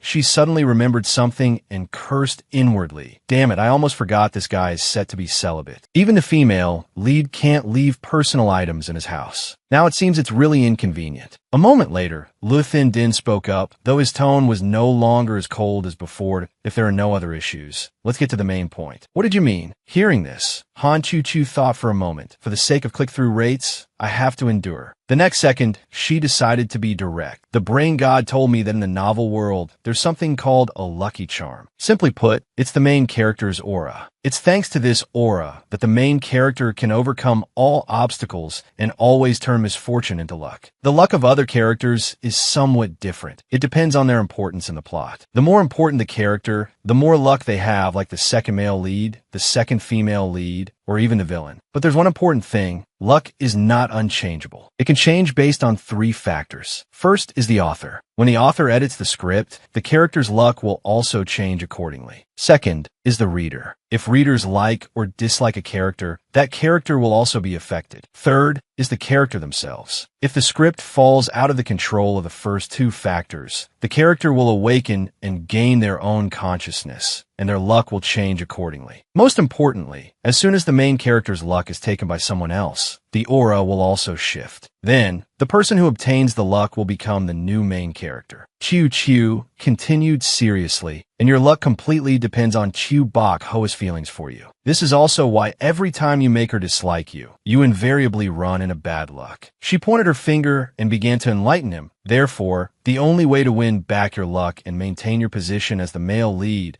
is to win back Chu Bok Hoa's love. Hearing this, Le Thin Din sighed and replied nonchalantly, "I thought it was something serious. Turns out it's that simple." Han Chu stared at him, stunned, her voice full of disbelief. "Simple?" Le Thin Din shrugged, his tone full of confidence. "Chu Bok Hoa loves me. Isn't that a fact?" Han Chu was extremely annoyed and immediately retorted, "Do you understand human language? Her previous feelings for you were arranged by the script, but now things have changed, and I can no longer control it." Her face beaded with sweat as she shared her observation. "Moreover, it's not just Chu Bok Hoa. Other characters are starting to awaken too, especially Soham. According to the original plan, he should be abroad right now, but now he's appeared here. That proves he has broken free from the constraints of the plot. and has his own consciousness. If he comes back to pursue Chu Bakhoa, do you think you'll still be safe? Lu Thin Din fell into silent thought. A moment later, he sneered, his tone full of arrogance. Soham? He's just a useless person with no real ability, no opinions of his own, who only knows how to follow his parents' arrangements his whole life. A person like that dares to compare himself to me. Han Chu Chu raised an eyebrow to remind him, is that so? Then why was Chu Bakhoa so angry last time when you injured Soham? Hearing this, Lu Thin Din's expression suddenly darkened. The image of Chu Bakhoa's furious face that day involuntarily appeared in his mind. A second later, he replied indifferently, she was just playing hard to get, trying to make me jealous. Seeing his blindly confident demeanor, Han Chu Chu felt a wave of annoyance. This guy's blindly confident look just makes you want to punch him. She narrowed her eyes at him, the corner of her lips lifting in a provocative smirk. Oh, is that so? If she's really playing hard to get, then do you dare to test it? Lu Thin Din frowned, his sharp gaze fixed on her. How do I test it? Han Chu Chu shrugged. It's very simple. Like I said, Chu Bakhoa's feelings for you affect your luck. Right now, she's probably at the hospital with Soham. Just send her a text and see her reaction, then you'll know. Lu Thin Din frowned at her, a sense of unease rising in his heart, but he still picked up his phone. He typed a message. Where are you? I order you to reply immediately. Playing hard to get gets boring after a while. Don't test my limits, or you won't be able to bear the consequences. After sending it, he was extremely pleased, staring intently at the phone screen, waiting for a reply. A moment later, a ding sound was heard. Lu Thin Din's lips curled into a smug smile. He closed his eyes and said confidently, that was fast. Looks like she's scared, probably waiting for my message. But just as he was savoring his victory, Han Chu Chu laughed coldly and said slowly, shouldn't you take a closer look at who's texting? Lu Thin Din immediately opened his eyes and looked down at the screen. As soon as he saw the message content, his face instantly darkened, and he roared in anger. Didn't I already say to cancel the meeting? At this time, a worried voice came from the other end of the line. President Lu, it's not good. The company's internal system has been hacked. Confidential documents have been stolen. The temporary losses are still being calculated, but it's definitely no less than 100 million. Hearing this, Lu Thin Din was stunned, his face full of shock. Han Chu Chu, standing beside him, just said nonchalantly, 3 sentences, a loss of 100 million. It seems Chu Bakhoa doesn't just simply dislike you. At this moment, Lu Thin Din truly realized that what Han Chu Chu had said before was not baseless at all. A wave of sadness washed over him. Chu Bakhoa dislikes me? Impossible, impossible. As soon as he finished speaking, he suddenly slammed his hand on the armrest, his eyes full of indignation. That can't be possible. Han Chu Chu stepped closer and placed a hand on his shoulder, her voice soft but firm, and no matter how hard it is for you to accept, this is the truth. If you weren't my male lead, Chu Bakhoa would never have loved you in the first place. Lu Thin Din was unwilling to accept it, still stubbornly believing in her feelings for him. He growled, almost shouting, you're talking nonsense. If she didn't love me, why would she willingly be my woman? Han Chu Chu gave a faint smile, her eyes full of hidden meaning. Didn't you use her mother's surgery money to force her to be with you?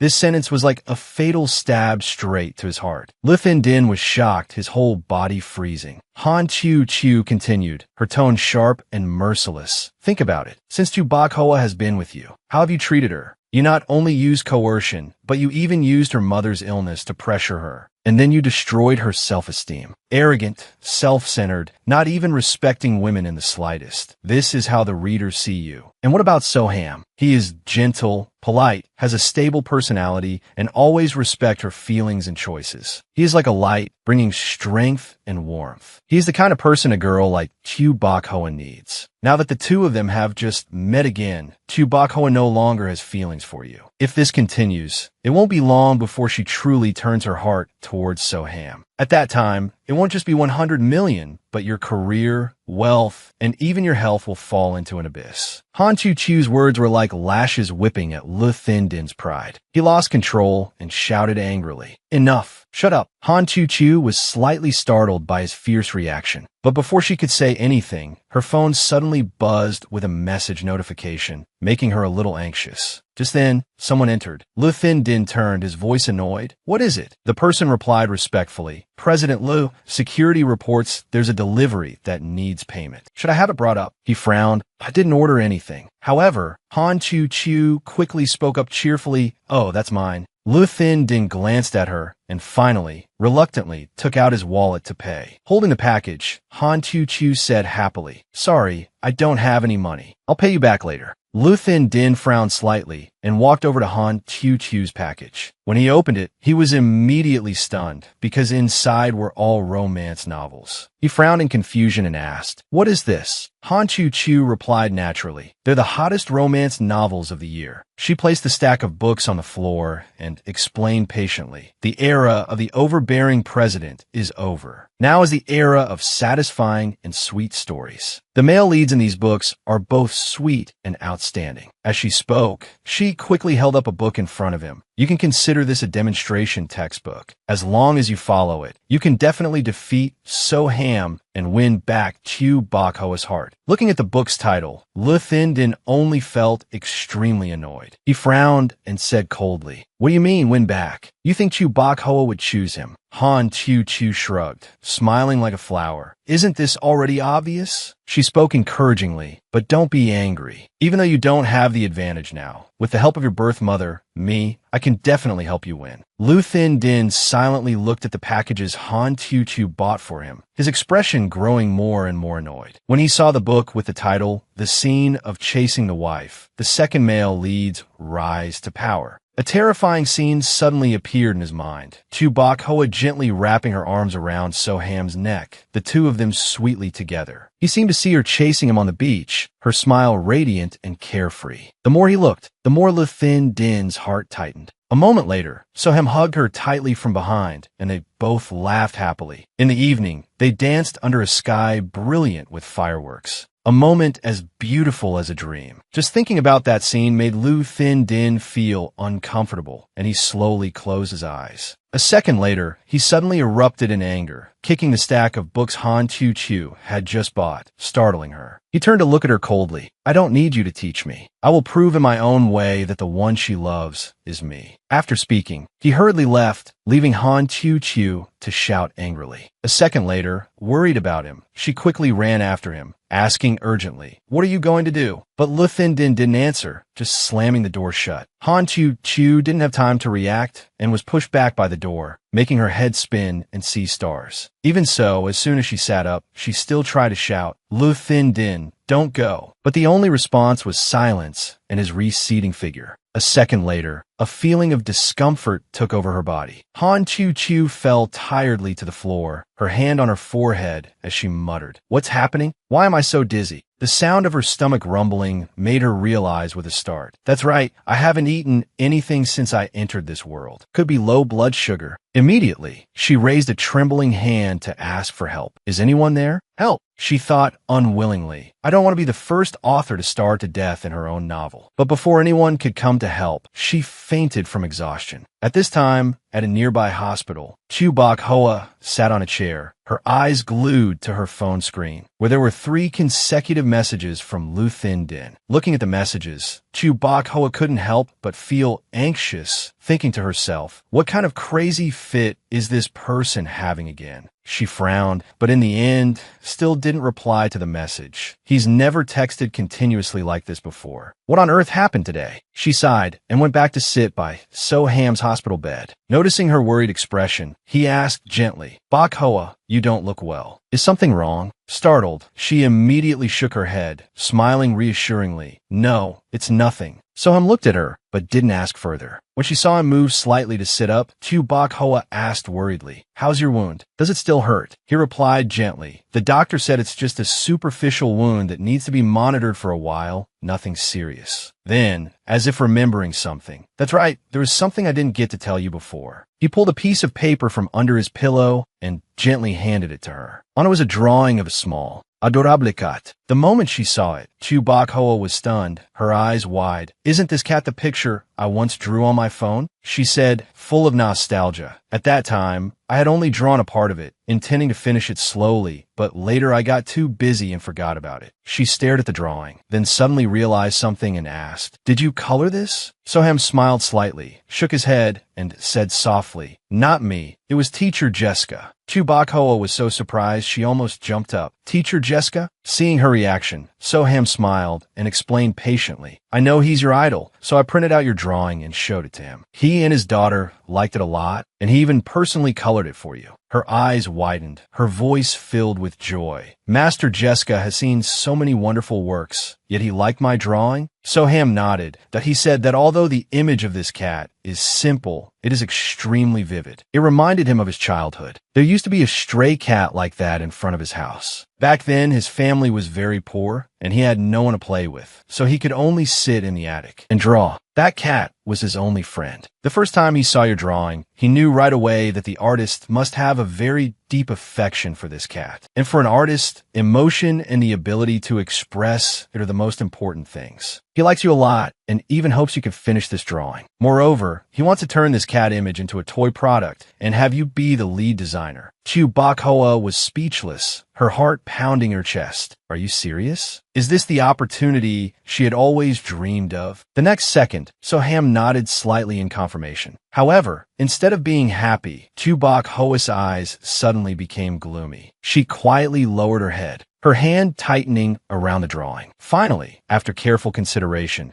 she chose to give up this rare opportunity and said softly to him, "Aham, I'm so sorry. Perhaps I've disappointed the teacher." Her unexpected refusal surprised Soham. He frowned, his voice unable to hide his impatience. "You want to refuse him? Why? Isn't this your dream?" Chubakhoa quietly looked at the drawing in her hand and replied slowly, "Do you know when I drew this picture?" She began to open up and recount. "It was on my first day of school. At that time, my mother was still healthy, and I had just been accepted into my dream school. Actually, the teacher guessed wrong. I don't know the cat in the drawing at all. I only saw it once under the dormitory. At that time, everything was new. I was full of hope. Even a strange cat could inspire endless creativity in me. But now I no longer have the heart I had that day." She looked at her hands and said in a sad voice, "My hands can't find that feeling again either. I'm afraid that I can't meet the teacher's expectations, so I won't continue this drawing. Please apologize to the teacher for me." Her words left Soham stunned. He was silent for a long time. Then finally, he softened and sighed lightly. "I understand. I won't force you, but there is one thing I hope you will agree to." Chubakhoa looked up at him, slightly surprised. "What is it?" A smile returned to Soham's lips. He said with anticipation, "Tomorrow is the speech for outstanding graduates. I hope you can represent the students and present flowers to me." Hearing this, Chubakhoa looked a bit flustered. Me? Seeing that she seemed to want to refuse, Soham quickly said, "You wouldn't refuse even this small request of mine, would you?" Not wanting to see him disappointed, Chubakhoa finally nodded reluctantly. "Okay, I agree." Receiving her agreement, a complex emotion flickered in Soham's eyes. He quietly observed her for a long time. The next day, at the university where Chubakhoa was studying, Han Chu muttered angrily while chewing on a piece of bread. "That Luthin Din is truly not human. He actually let me lie on the floor all night. If the secretary hadn't brought documents this morning, I would have starved to death." Thinking of this, she suddenly remembered something, and her expression changed. This morning, the secretary also said that President Lu had gone to the school, saying he wanted to create a surprise for Chubakhoa. She looked around the school, a sense of unease rising in her heart. What kind of surprise? With that guy's brain, it must be a scare. Immediately, Han Chu began to imagine the scene of Luthin Din blocking Chubakhoa's path, pinning her against a wall, and saying coldly, "I now grant you the qualification to bear my child." She shuddered and screamed in her head, "No, this is exactly the kind of thing he would do. I had to find him quickly." With that thought, Han Chu, still gnawing on her bread, rushed around the campus. But after running for a while, another thought struck her. Wait a minute, if I find Chubakhoa before he does, can I stop him then? Putting her thought into action, she went around asking everyone she met, "Classmate, excuse me, do you know Chubakhoa?" "Chubakhoa from the design department. Do you know her? However, she asked person after person without getting any information. Han Chu held her head in frustration, crying a river of tears and lamenting. How can this be? I've been asking for half a day, and no one knows. The female lead's popularity at school is this low. Just then, she overheard the conversation of two male students ahead. Let's go, the outstanding student appreciation ceremony is about to start. If we're late, there won't be any seats left. I heard Senior Soham is coming too. He's my idol. It would be great if I could talk to him. Han Chu's eyes immediately lit up. Soham, then Chewbacca might be there too. Thinking this, she immediately ran straight to the auditorium. On the way, because she was in such a hurry, she bumped into two Tintin's group of friends, causing the bread in her hand to fall to the ground. Regretting the loss, she panicked and chased after the bread, crying out, "Oh, my bread." But just as she bent down to pick it up, a foot suddenly stomped hard on her hand. Han Chu yelped in pain and quickly pulled her hand back. Ouch, that hurts. When she looked up, she realized the person who had just stepped on her hand was Tu Tin. But instead of paying attention to her, Han Chu just looked regretfully at the bread, her voice full of sorrow. It's ruined. This was my first meal. Boo-hoo. I hadn't even had 2 bites and it's gone. Meanwhile, Tu Tin was busy worrying about her shoes. She looked down and immediately showed her displeasure. What is this? It's so dirty. Hearing the commotion, her friend walked over, her eyes full of suspicion, asking, Tin, are you okay? Tu Tin turned to look at Han Chu, her voice reproachful. What's wrong with you? Throwing trash everywhere and getting my shoes dirty. Hearing the familiar character's name, Han Chu asked in alarm, Tin, you're Tu Tin? Tu Tin blinked, her expression doubtful. How does she know my name? Even her group of friends looked at her with questioning eyes and asked, Tin, do you know her? This question made Tu Tin even more confused, not understanding what was happening. She could only stare at Han Chu. Even her friends cast wary glances at this strange girl. Lo Vi frowned, her face showing undisguised annoyance. Tin, who is she? She doesn't seem to be from our department. Han Tuet glanced at Han Chu, the corner of her lips curling in contempt. Could she be a friend of yours from outside the school? Tu Tin didn't answer, just quietly observing Han. Chu. Her gaze swept over the somewhat rustic clothes and stopped on the simple slippers she was wearing. A flash of mockery appeared in her eyes. She laughed coldly. Are you kidding? How could I know this kind of country bumpkin? Han Chu frowned in confusion and repeated, Country bumpkin? What now? Han Tuet sneered, her tone full of contempt. I told you, Tin standard for friends are very high. How could she hang out with this poor devil? Lo Vi added a sarcastic remark. Looking at her, if she's not a worker, she's a janitor. The two of them laughed mockingly in unison, their sharp words criticizing, the security guard at this school is really useless, letting in any cat or dog. That's right, this is a high-end school, and today there are many reporters here. If they take a picture, wouldn't it bring shame to the school? Hearing this, Han Chu couldn't help but laugh, her eyes full of contempt as she retorted, Are your brains connected straight to your intestines? Why does your mouth only spew crap? Her words made both Han Tuet and Lo Vi furious. What did you say? But Han Chu remained calm, with no intention of backing down. I said, people go to university to broaden their knowledge, but you all just absorb crap. She pointed straight at them, her tone sharp. You step on someone's hand and don't apologize, and then you blame me for littering. I think you're the ones who are trash. Then she turned to Han Tuet and Lo Vi, pointing her finger to Vent. You two keep saying this poor devil, that poor devil. Then you should just stay in school for the rest of your lives. If you go out into society, you'll definitely lower the average IQ. She threw the words they had just said back at them. There are reporters here today, right? I advise you not to get close to them. If you get photographed, the school's reputation will truly be ruined. Han Chu's sharp words left the 3 of them speechless. All 3 were so angry they could only point at her face, but couldn't retort. You, Han Chu shrugged mockingly. You what? Do you have a stutter? By now, quite a few students had gathered to watch, all surprised by the argument. Tu Tin was so angry her cheeks turned red. Finally, she gritted her teeth and shouted, Look at your dirt-poor appearance. I didn't want to bother with you, but since you're being so insolent, if you don't pay up today, don't even think about leaving. Han Chu crossed her arms and sneered. Get your facts straight first. You were the ones who bumped into me, causing my bread to fall. Not to mention you stepped on my hand. I haven't even demanded money for medical expenses, yet you're demanding I Pay you. 21010 snorted coldly, making excuses. Stop talking nonsense. Isn't it just a small wound? Just apply some medicine and it'll be fine. Do you know how expensive my shoes are? You could work your whole life and probably not afford them. Han Tuet immediately chimed in. That's right, Tintin's shoes were a gift from her boyfriend. They're a limited edition. Only 3,000 pairs in the whole world. Lovai also laughed coldly. Tintin's boyfriend is a rich second-generation heir. If you don't pay, just wait and see how he deals with you. Han Chu frowned slightly upon hearing this, a thought flashing her mind. 21010 has a boyfriend? Since when? Wasn't she just acting cute in front of Lu Din 2 days ago? How did she find a new target so quickly? TSK.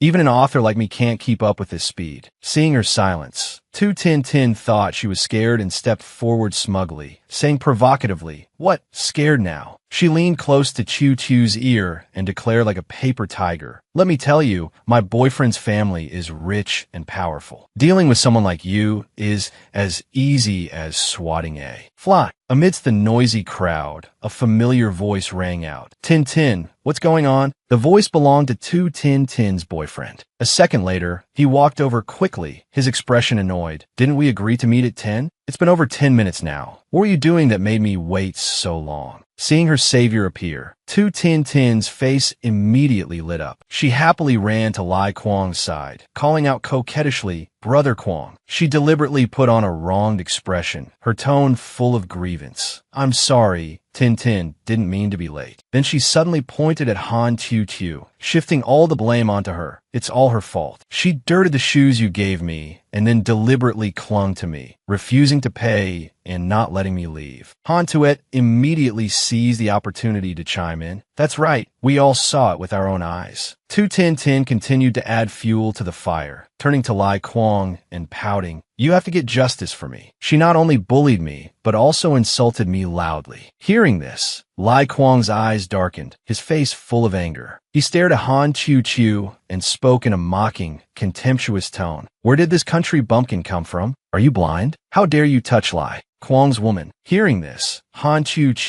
just smirked, finding it amusing. Why is this guy exactly like a stereotypical villain from a novel? His lines are so rigid. He's like an NPC in a game. She glanced at him, assessing him, dyed blonde hair, an earring, and on top of that, wearing loafers. Just then, she suddenly remembered. "Oh, I remember now. Isn't this the villain character I created? To help Lu Din and Chu Bakhoa make up after that argument, I think I created a villain character just like this guy." Han Chu felt a bit embarrassed. When did I write such a bland villain? But then she felt something was off. But this guy was originally just a very ordinary villain. When did he become a rich second-generation heir? While Han Chu was still thinking, Lai Kuang, seeing that she didn't respond, grew even angrier and pointed straight at her face, shouting, "Are you deaf? I'm talking to you." Only then did Han Chu speak leisurely. Her tone so calm it annoyed him. "You want me to pay, right? Fine. However much these shoes cost, I'll buy them for you." Seeing that she had no intention of running away, Lai Kuang was a bit surprised, but quickly regained his arrogant demeanor. He held up one finger and said slowly, "Looks like you know your place." Then he pointed down at the shoes on 21010's feet and quoted a price. "I ordered these shoes from abroad. You can't just buy them whenever you want. Excluding other costs, just give me 30,000 and we'll call even." Hearing that number, Han Chu's eyes widened. She covered her mouth with one hand and held up 3 fingers with the other. "What? 30,000?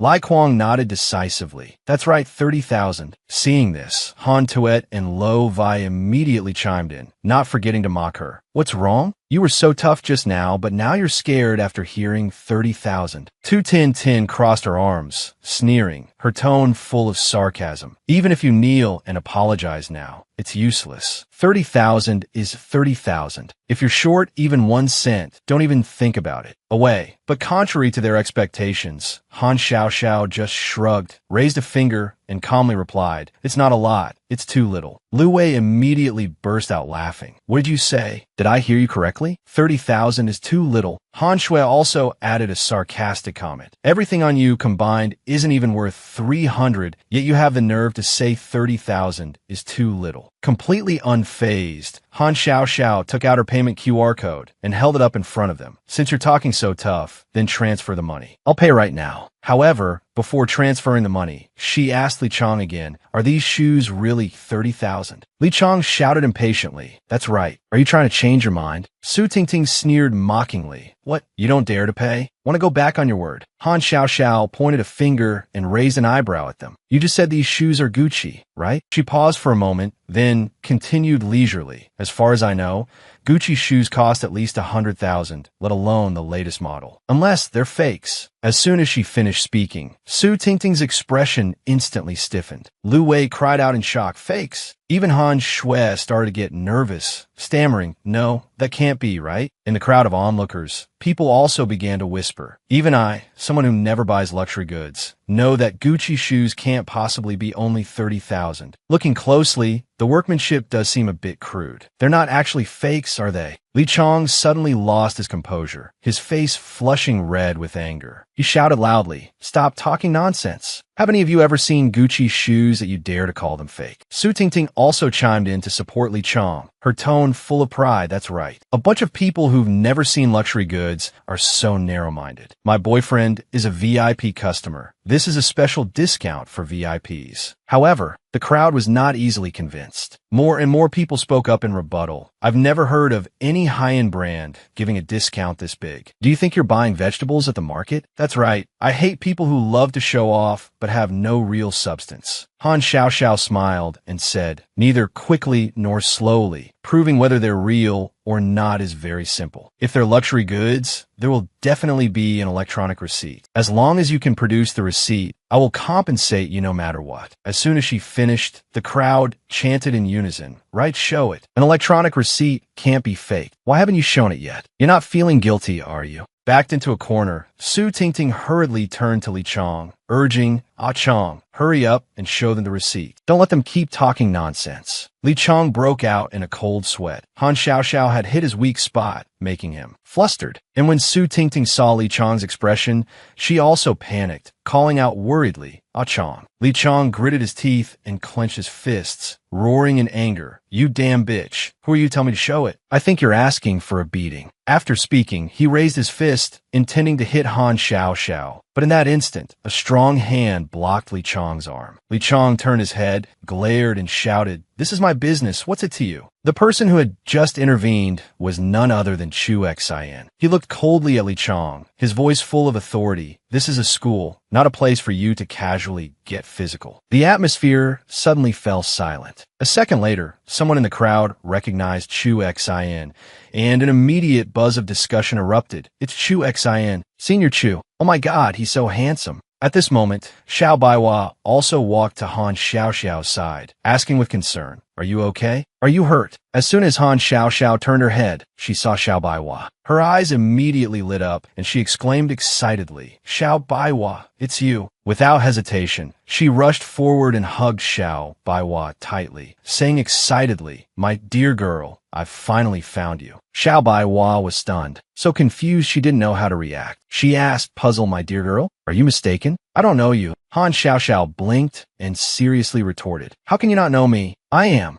But as she was about to speak, she suddenly stopped. Han Xiao thought to herself, "If I say I'm the author now, I'll definitely be treated like a lunatic. I'd better just make up an identity for now." So she immediately declared seriously, "I am your little aunt, Han Xiao." Xiao Baiwa was completely bewildered. She blinked a few times and then asked doubtfully, "Little aunt? But I don't remember having a little aunt." Han Xiao maintained a calm expression and continued to spin her tale. "It's normal that you don't know. Your mother is my cousin. After she got married, she rarely came back to her hometown, but she often mentioned you in her letters to me. She praised you for being smart, beautiful, and sensible. Not only are you good at your studies, but you also draw beautifully. When you were in elementary school, you already had many admirers. Among them was a chubby kid who really liked you. But because you were introverted and didn't want to accept, but also couldn't bear to refuse him directly, you drew a fat toad on his love letter, which made him cry his eyes out." As soon as these words were spoken, Chu Xian immediately burst out laughing, teasing, Baiwa, I didn't expect you to have such a unique way of rejecting people. Xiao Baiwa blushed and immediately raised her hand to cover Han Xiao's mouth, crying out in embarrassment. All right, don't say any more. Then she muttered to herself, it seems like that really did happen. Finally, Xiao Baiwa let go of her doubts and looked to Han Xiao excitedly, asking, so, are you really my little aunt? Han Xiao immediately nodded firmly. That's right. At this moment, Su Tingting suddenly flared up in anger, shouting, that's enough. Who cares about watching you two have a family reunion? She shot a sideways glance at Xiao Baiwa, her tone dripping with sarcasm. Xiao Baiwa, aren't you being kept by Li Shangting? If she's your relative, then a pair of Gucci shoes should be nothing to you. You pay for her. Xiao Baiwa immediately looked at Su Tingting coldly, her gaze as sharp as a blade. At the same time, Li Chong sneered, pointing straight at Xiao Baiwa's face, his tone full of contempt. Haha, I used to think you were a pure goddess. Who knew you were the type of bitch who'd jump at anyone with money? Then he turned to Chu Exine, pretending to give kind advice. Hey, brother, I think this kind of girl has probably slept with countless men. Are you still foolishly trusting her? Be careful you don't end up raising someone else's kid without knowing it. Hearing this, Chu Exine frowned, looking at Li Chong with displeasure. Xiao Baiwa also quickly spoke up, her voice full of indignation. You people stop talking nonsense. Han Xiao, standing beside her, looked at Xiao Baiwa and felt a pang of pity for her spiritual daughter. She thought to herself, my girl is too honest. When you meet people like this, you have to teach them a lesson. Immediately, she strode over to Li Chong, pointed straight at his face, and said sarcastically, you have 2 eggs hanging under your eyebrows, but you only know how to blink, not how to see. Your beloved girlfriend was pretending to be dizzy to throw herself into someone else's arms just 2 days ago. If you can't even manage one woman, be careful. You might not even get to be a cuckold. At most, you'll just be a spare tire. At the same time, someone in the crowd who had witnessed Su Tingting deliberately falling into Li Shangting's arms whispered to their friend, right? I saw it too. That man looked successful and was way more handsome than this Li Chong guy. That whole act was so obvious. In the end, he took off his jacket and threw it away. She thought she was some prize, but she got slapped in the face. A classic green tea bitch. Hearing these whispers, Su Tingting's face flushed red and sweat broke out. Li Chong, furious to the point of grinding his teeth, turned to her and growled, tell me, is that true? You dare to flirt with other men behind my back. Su Tingting panicked and hurriedly explained, no, Chong, don't listen to their nonsense. It was just an accident. After speaking, she immediately turned to Han Xiao and raised her hand threateningly. You dare to make things up? Believe it or not, I'll rip your mouth open right now. Before she could act, Su Tingting was stopped by Chu Exine. He spoke coldly. You said these shoes are Gucci. Su Tingting still tried to hold her ground. That's right, they're authentic. Chu Exine smirked and raised his phone, his voice calm but deadly. I've already called the police. You're involved in counterfeiting. I hope you can still be this assertive in front of the police later. This statement was like a heavy blow to Su Tingting and Li Chong. Their whole group immediately showed signs of panic. In contrast, the people around them trusted Chu Exine even more, starting to buzz with discussion. Senior Chu is a famous designer. His judgment is definitely not wrong. Using fake goods is embarrassing enough, but to make a scene and try to scam someone is just shameless. Han Shui couldn't help but turn and ask, Tingting, are these shoes really authentic? Lu Wei also chimed in with a reminder. We stood up for you, so don't drag us into trouble. At this point, Li Chong glared at Chu Exine, his voice full of provocation. Who the hell are you? On what basis do you say the shoes are fake? Let me tell you, my family is rich. We never buy fakes. Su Tingting also hurriedly shifted the blame to Chu Exine. Senior Chu, I know you and Xiao Baiwa have an unusual relationship. You want to defend her little aunt,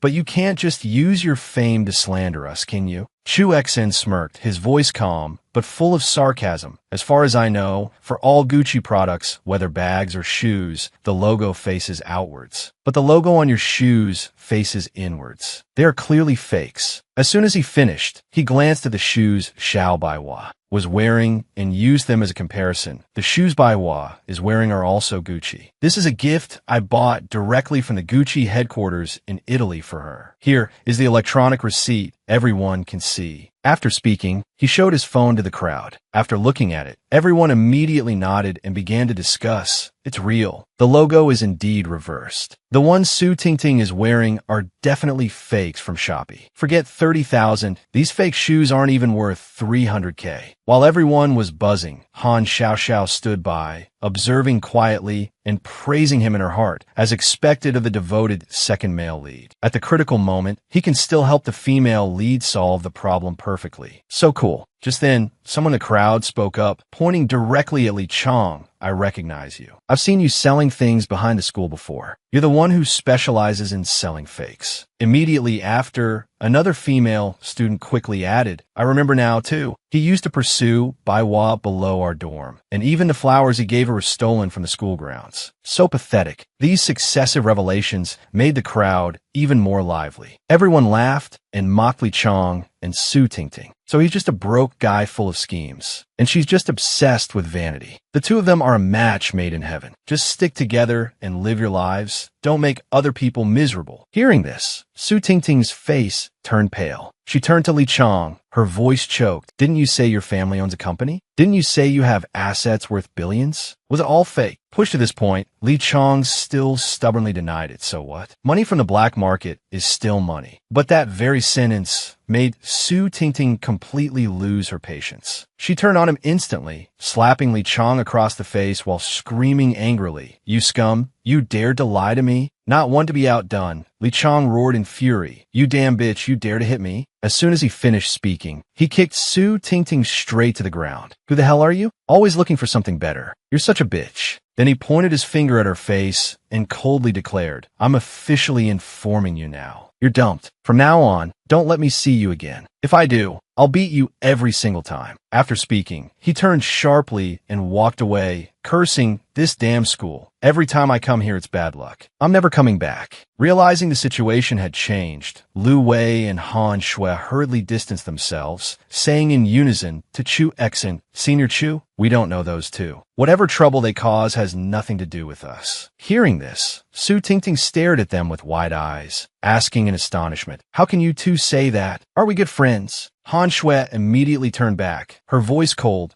"Who's your friend?" Lu Wei also sneered, "I hate money-grubbing women like you the most. You deserve to be deceived." Su Tingting trembled with anger, only able to stammer, You people." Finally, unable to hold it in any longer, she covered her face and sobbed bitterly. The scene was truly pathetic. She had just been dumped by her boyfriend and abandoned by her friends. On top of that, her knee was bleeding from Li Chong's kick. Seeing this situation, Xiao Baiwa couldn't help but feel a stir of compassion. A second later, she walked closer and said softly, "Your leg is bleeding. You should wipe it." But before she could help, Su Tingting slapped her hand away, shouting angrily, "Get lost. Who needs you to pretend to be kind?" She looked at Xiao Baiwa and questioned, "Li Chong pursued you. You knew what kind of person he was long ago, so why didn't you tell me? You wanted me to be humiliated, didn't you?" At this point, she pointed directly at Xiao Baihua's face, her voice full of hatred. "Xiao Baihua." Then she also pointed over to Han Xiao, "And you too. You dare to humiliate me like this. I won't let today's matter rest." After speaking, she turned and ran away, tears streaming down her face. Seeing this, Xiao Baiwa hurriedly called after her, "Su Tingting." But Han Xiao quickly pulled her back. "Baiwa, just let her go." Xiao Baiwa was still uneasy, saying worriedly, "But she's not in a stable state of mind. What if something happens?" Han Xiao gently reassured her. There's a saying, let go of the savior plot and respect other people's destiny. She was deceived by Li Chong, but instead of hating him, she turned to hate you. It's clear that in her heart, she already sees you as an enemy. If you go and show concern now, not only will you not be appreciated, but she might even hate you more. Chu Xin, standing beside them, agreed with this thought. Your little aunt says some interesting things, but I have to admit she's right. Xiao Baiwa thought for a moment and then asked, "That's right, little aunt. Why did you come to the school to find me?" Han Xiao blinked, quickly making up an excuse.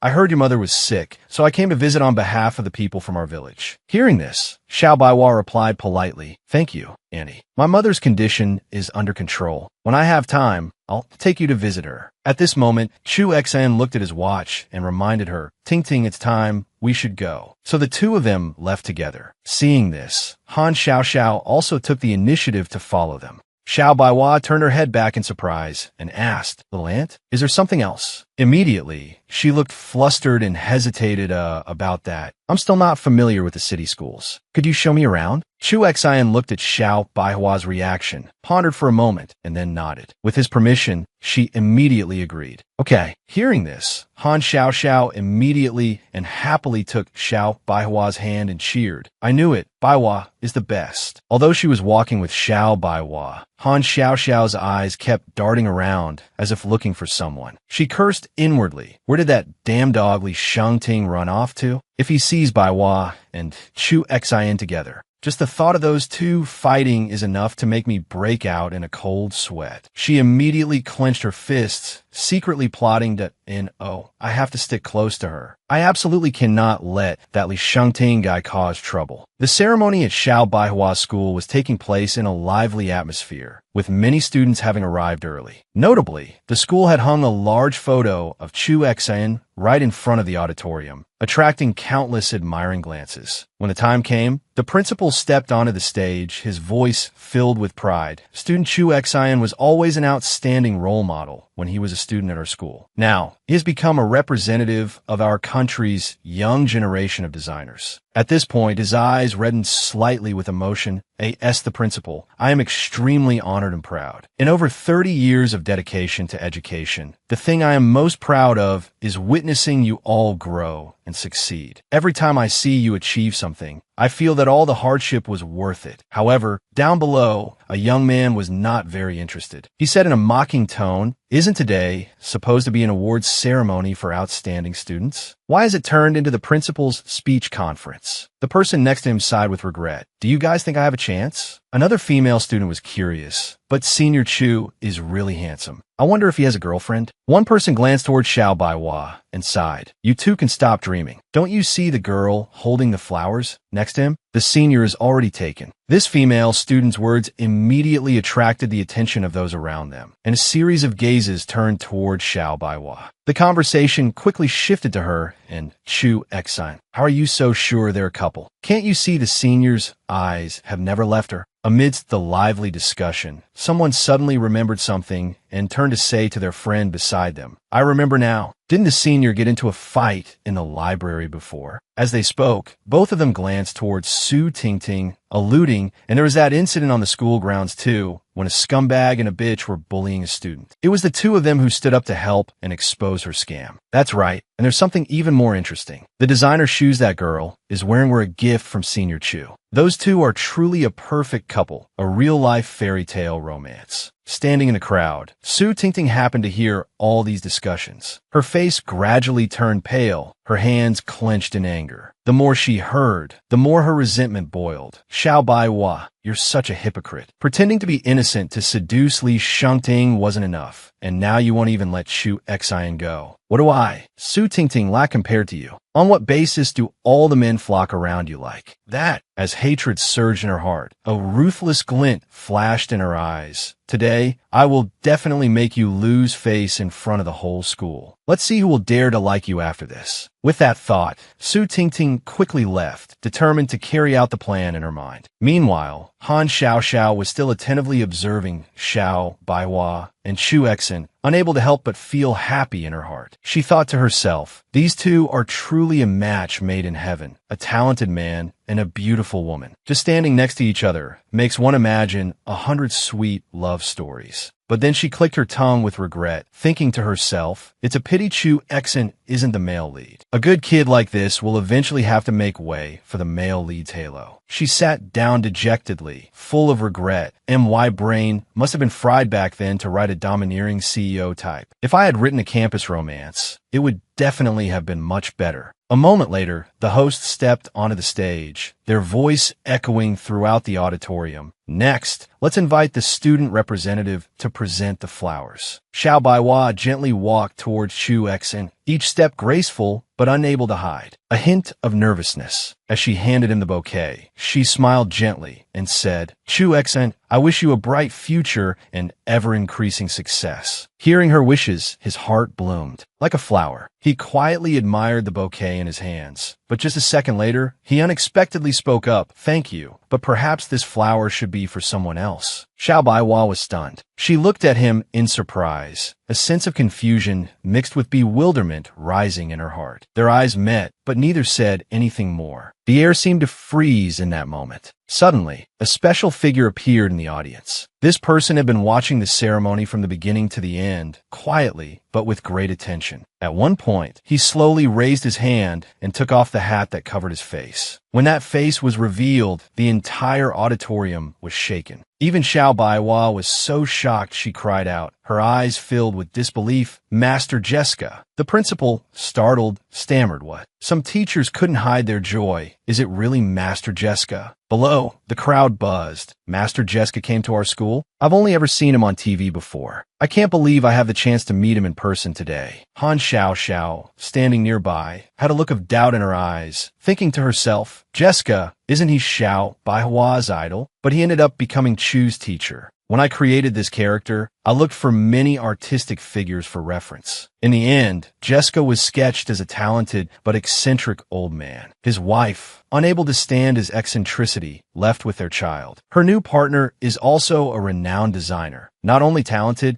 but also incredibly dashing. Jessica, wanting to regain his honor, has always been searching for a worthy successor. Originally, the plan was for Li Shengting to invite him out of retirement to take Xiao Baihua as his disciple, and thus successfully pursue her. But why has he appeared here now? Han Xiao's eyes lit up, and she clapped her hands in praise. Could it be that Li Shengting has already made his move? Has that dog finally seen the light? Just then, Chu Exin, holding the bouquet, walked over to Jessica. He bowed his head and said sincerely, "Teacher, thank you for coming to my school." The principal hurried forward, his face full of joy and surprise. "Master Jessica, your presence here is a great honor for us." "Student Chu, why didn't you inform us beforehand? We didn't have time to prepare a proper reception. How rude of us." Chu Xian smiled calmly and replied, "Teacher is very interested in our country's culture. This trip was also a sudden decision. Over the past few days, he has seen many outstanding works online and found them very interesting. He hopes to be able to open a class to interact with the students. I wonder if the school leadership can arrange it." The principal, almost without thinking, immediately nodded happily. "Of course, we can. To be able to invite Master Jessica to give a lecture is a great honor for the school." Chu Xian looked at Master Jessica, smiled slightly, and then introduced, "Teacher, this is Xiao Baihua. I have mentioned her to you before." Hearing this, Jessica took out his phone. On the screen was a painting of a kitten. He frowned slightly, his tone full of interest. "Are you the artist of this painting?" Xiao Baihua was startled,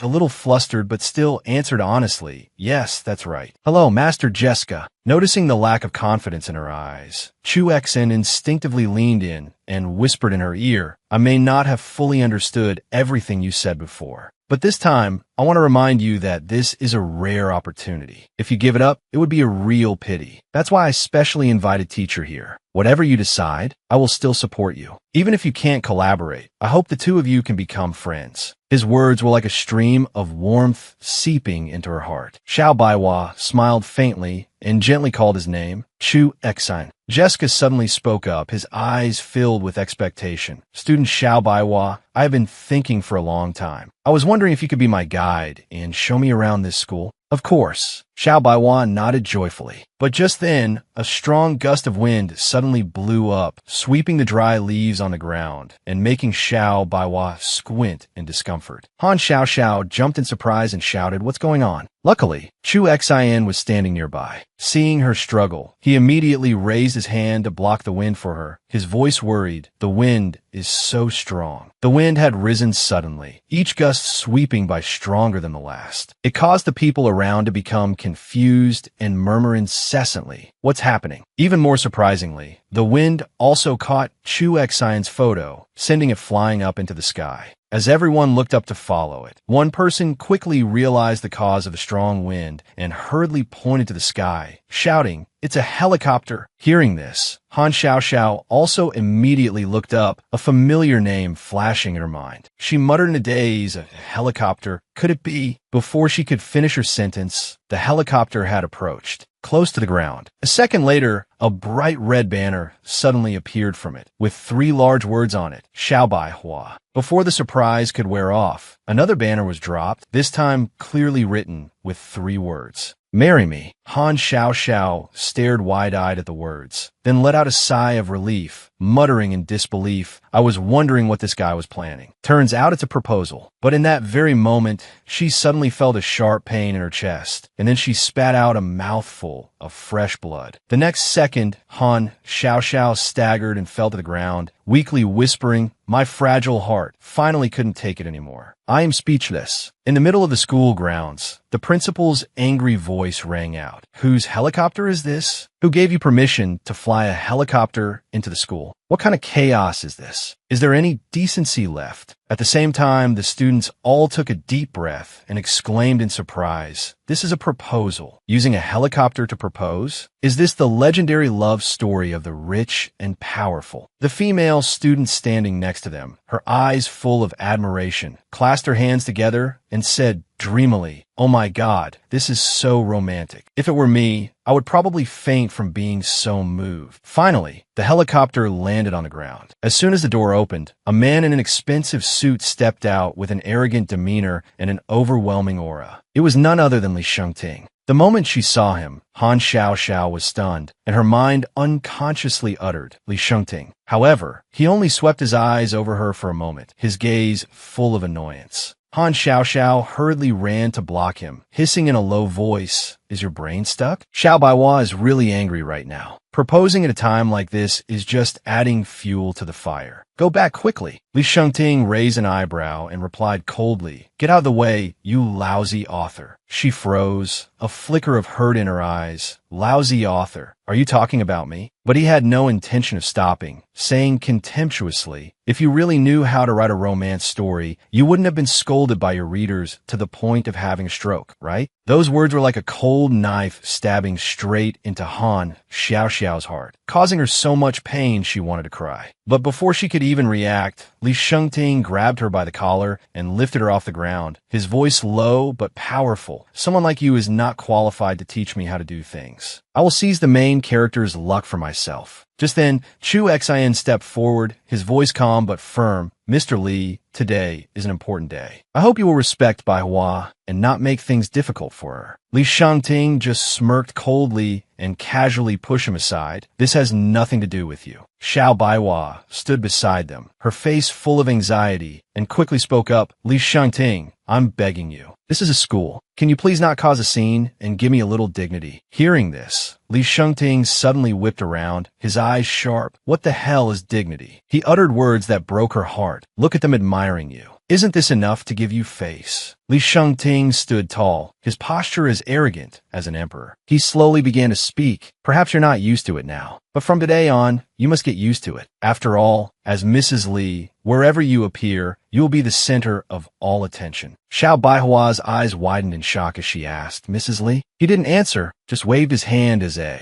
signal. Immediately, Li Shengting's men brought a formal box and placed it in his hands. He opened the box, and inside was a sparkling, mesmerizing blue diamond. His voice was deep and steady, yet full of authority. "This blue diamond, I specially flew to Country last night to buy it. Wear it, and you will become the happiest woman in the world." The moment they saw the ring, both Chu Xin and Xiao Baihua couldn't believe their eyes. They both exclaimed in unison, "A blue diamond." Even Master Jessica couldn't take his eyes off the diamond. Some students also recognized its value and began to whisper amongst themselves, "A blue diamond. Isn't that the ring for the champion of this year's International Gemstone Design Competition?" A young man with extensive knowledge in this field added, "That's right. For the past 5 years, this award has always gone to Master Jessica. But this year, for the first time, it fell into someone else's hands. I remember the designer's name is Daniel, 38 years old, hailed as a genius. I even watched his interview. He said his wife was the inspiration for this masterpiece. And get this, Daniel's wife is Master Jessica's ex-wife. Oh, is that true? That's so shocking." Hearing these whispers, Master Jessica's face turned dark. It was clear these rumors had wounded his pride. However, he quickly regained his composure, stepped in front of Li Shengting, and spoke calmly, "Sir, may I see the ring?" Li Shengting observed him in silence for a few seconds, then nodded in agreement. Jessica gently took the ring, carefully examining every detail. After a moment of admiration, he slowly began to speak.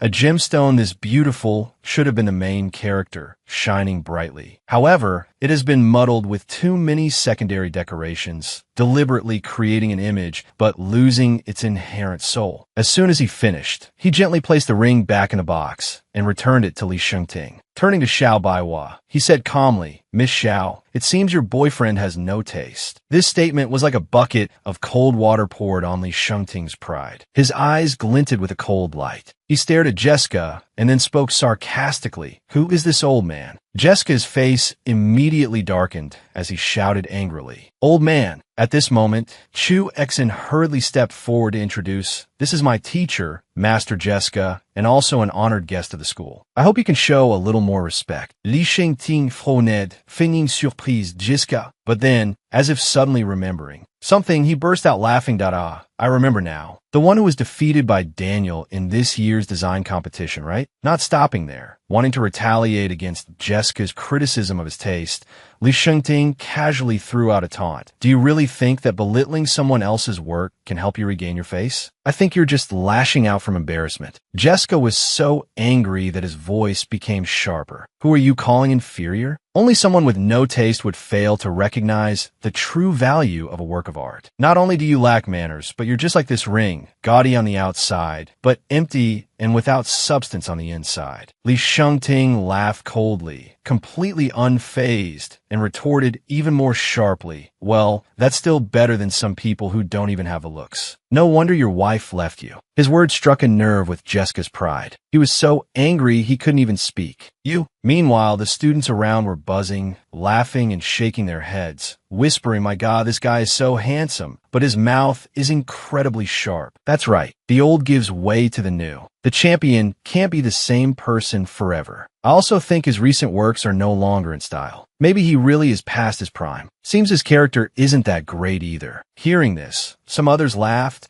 and said loudly, "Unfollowing, unfollowing." Han Xiao, standing nearby, panicked and quickly covered his mouth, shouting, "Don't say any more." With his mouth covered, Li Shengting could only let out a muffled sound. She forced a laugh and quickly made up an excuse. "So sorry, this person has a problem with his brain. Let me take him away." Xiao Baiwa bowed her head and repeatedly apologized earnestly. "Master Jessica, I'm sorry. I apologize on his behalf." However, just at this moment, Li Shengting broke free from Han Xiao's grip, pointed directly at Jessica's face, and shouted, "Apologize for what? I wasn't wrong." A man who loses in both career and love to someone else and can only get angry behind their back is truly pathetic. Han Xiao panicked, thinking worriedly to herself, "This mouth of his is really digging its own grave. Why can't he hold back a little?" Then, an idea suddenly struck her, and she lowered her voice to threaten him. "Do you still want to win back Xiao Baiwa? This is clearly just asking for trouble." Li Shengting smirked without a hint of hesitation and replied, "As long as Xiao Baiwa agrees to my proposal, it proves that the one she loves is me. Luck will naturally be on my side. If you don't have the ability to solve your own problems, then don't get in my way." As soon as he finished, he pushed Han Xiao aside and ordered his bodyguards to hold her tightly. At this point, Chu Exin could no longer maintain his composure and shouted loudly, "Li Shengting, today is my lecture. You have no right to be disrespectful to my teacher here. This school does not welcome you. Please leave." Li Shengting paid him no mind, smirking contemptuously, "Based on you, I'm afraid you're not qualified to represent the school." Chu Exin was choked by his words, so angry he was speechless. Li Shengting coldly swept his gaze around and asked loudly, "Who is the principal?" Very quickly, a middle-aged man stepped forward and replied, "That would be me." Li Shengting immediately made a surprising offer. "Today, I would like to borrow this place to propose. As a thank you, the Li Corporation will invest $1 billion in the school. What do you think, principal?" The entire scene fell silent for a moment. The principal was so astonished he even asked again to be sure. $1 billion. Hearing the enormous figure, he quickly regained his composure and without hesitation shook his hand, smiling brightly. "I have long heard of Seo Li's reputation. It is a great honor to meet you today. If we could receive your sponsorship, the school would be endlessly grateful." Not missing the opportunity, a female teacher standing nearby cheerfully chimed in, Yes, our school has quite a few graduates working at the Li Corporation. They all say that CEO Li is young and talented and passionate about education. He is truly a shining example for young entrepreneurs. We hope you will continue to look after us. Seeing the principal change his tune so quickly, Chu Xian was so angry he stepped forward to protest. Principal, are you really going to let him cause chaos like this? The principal turned to him and advised in a gentle tone, Little Chu, you are also a young man of the new era. Don't be so narrow-minded. Young love is a precious thing. If this can become a celebrated story, our school will also share in the glory. Chu Xian was still not convinced and was about to say something else, but before he could open his mouth, Jessica spoke coldly. Chu Xian, Chinese culture is truly too profound. It has been an eye-opener for me. I see no need to participate further. Book me a ticket back home for tomorrow. After speaking, he turned and left, ignoring Chu Xian calling after him from behind. Teacher, Xiao Baihua also hurried to run after him, calling,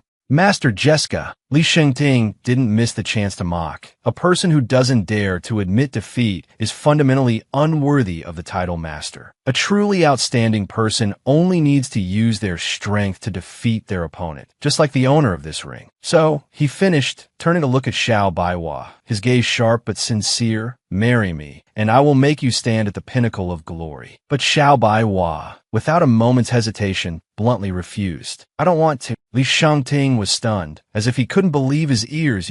What did you say? She flicked her hand, causing the ring to fall to the ground, and then said decisively, I said I won't marry you. Not ever. That cold refusal made Li Shengting's face gradually darken. In the crowd, someone couldn't help but exclaim, the proposal failed. Chu Xian gloatingly added, a complete failure. Han Xiaoxiao held her head, her face a mask of misery, moaning to herself, I knew it. Li Shengting still stood there, his expression ugly, his sharp eyes staring at Xiao Baihua. He clenched his fists, his voice hoarse with indignation. Are you rejecting me? But this time, Xiao Baihua didn't answer, only looking at him silently with a determined gaze. Li Shengting grew increasingly agitated, his voice cold and threatening. Xiao Baihua, do you know what you're doing? Don't think that just because I love you, you can be fearless. Love. Xiao Baihua was completely unfazed, standing tall with a resolute gaze. Her voice was firm that Li Shengting, don't make me laugh. A person like you doesn't understand what love is at all. Her words were like a heavy weight crashing down on Li Shengting. He glared, his voice dropping with anger. If I don't love you, why would I propose to you? Do you know how many people can't even dream of the title of Mrs. Li? Xiao Baihua smirked, her eyes filled with contempt. She shook her head and replied coldly, that's not love. That's just your possessiveness. You want to bind me, to put shackles on me. The more she spoke, the more sorrowful her voice became. If you truly loved me, you wouldn't strip away my freedom, trample on my self-respect, and disregard my feelings. She shouted out all her pent-up frustration. The only thing you love is yourself. At this point, she clenched her fists, anger evident on her beautiful face. This was also the first time she had shown such strong emotions in front of him. Li Shengting stared at her, speechless for a long time. Then he suddenly spoke in a stern voice. Xiao Baihua, do you dare to repeat that? At this point, Xiao Baihua had completely lost her patience. The long-suppressed grievances finally erupted. She took a deep breath and then shouted forcefully, I'll say it. You're the most selfish, most despicable person I have ever met. Being with you every second, every minute, I feel incredibly suffocated. Li Shengting lowered his head slightly to look at her, his voice tinged with bitterness. So in your eyes, I am that terrible. A second later, his gaze turned sharp and questioning. If you hate me so much, then why did you come to me in the first place, begging me to be your sponsor? That sentence was like a slap to Xiao Baihua's pride. Shame made her freeze, unsure how to respond. Meanwhile, Han Xiaoxiao struggled ceaselessly, so anxious she wanted to scream, It's over, it's really over. A teacher was the first to break the silence with a shocked voice. Sponsor? Their relationship is one of sponsorship. The principal standing beside him had a face full of disappointment, shaking his head and sighing. How could our school have such a student? What a disgrace. Not stopping there, Li Shengting continued to expose everything. The money for your mother's medical treatment, your tuition, living expenses, clothes, shoes, designer bags. I've spent at least 10 million on you. In Han Xiaoxiao's mind, there was only one thought. Li Shengting, don't say any more. But Li Shengting was never one to know when to stop. He was a domineering, arrogant CEO, always seeing himself as the center of the universe, never caring about the feelings of others. So he continued to mock her. You take money to be a mistress, but don't want to fulfill the duties of a mistress. What right do you think you have to speak? You're no different from a scammer. Han Xiaoxiao tried with all her might to break free from the bodyguard's grasp, screaming in her heart, "Damn it, stop talking." Over here, Li Shengting still wouldn't let up. You think you're so pure and noble? You're the most despicable person here. Xiao Baihua was stunned, her eyes filled with shock, but she couldn't refute it. In the distance, Han Xiaoxiao clenched her fists, her face filled with anger. She muttered, "That mouth isn't meant to be used like that. If you won't shut it, let me help." With that, she took off her shoe and aimed it straight at Li Shengting's head, throwing it, "Will you shut up for me already?" Thwack! The shoe hit him right on the back of the head. Stung by the pain, Li Shengting immediately whipped around, his eyes as sharp as knives. "What kind of job are you doing?" The bodyguard, terrified and sweating profusely, clamped his hand over Han Xiaoxiao's mouth and said hurriedly, "Sorry, Li, I'll take her away right now." But Han Xiaoxiao still struggled, trying to shout something. But before she could finish, the bodyguard forcefully lifted her up and threw her straight into the helicopter. In the moment she was dragged away, she pleaded desperately, "Let me go. I have to stop him, or something terrible will happen." The young bodyguard glanced at her with annoyance, his voice full of dissatisfaction. "Something terrible has already happened. Do you know how much that shoe you threw is worth? It's several months of my salary." The bodyguard even turned seriously to give an order to the pilot, "Keep an eye on her for me. If you let her escape, you can prepare to go back to your hometown and pull a card." The pilot immediately gave a thumbs up, his face serious. Meanwhile, outside, the crowd of onlookers grew, larger and larger, bringing with it countless sarcastic comments. Did everyone hear that? 10 million. Oh my God, no wonder she's covered in designer goods. So that's why. If she felt so suffocated, she shouldn't have taken his money.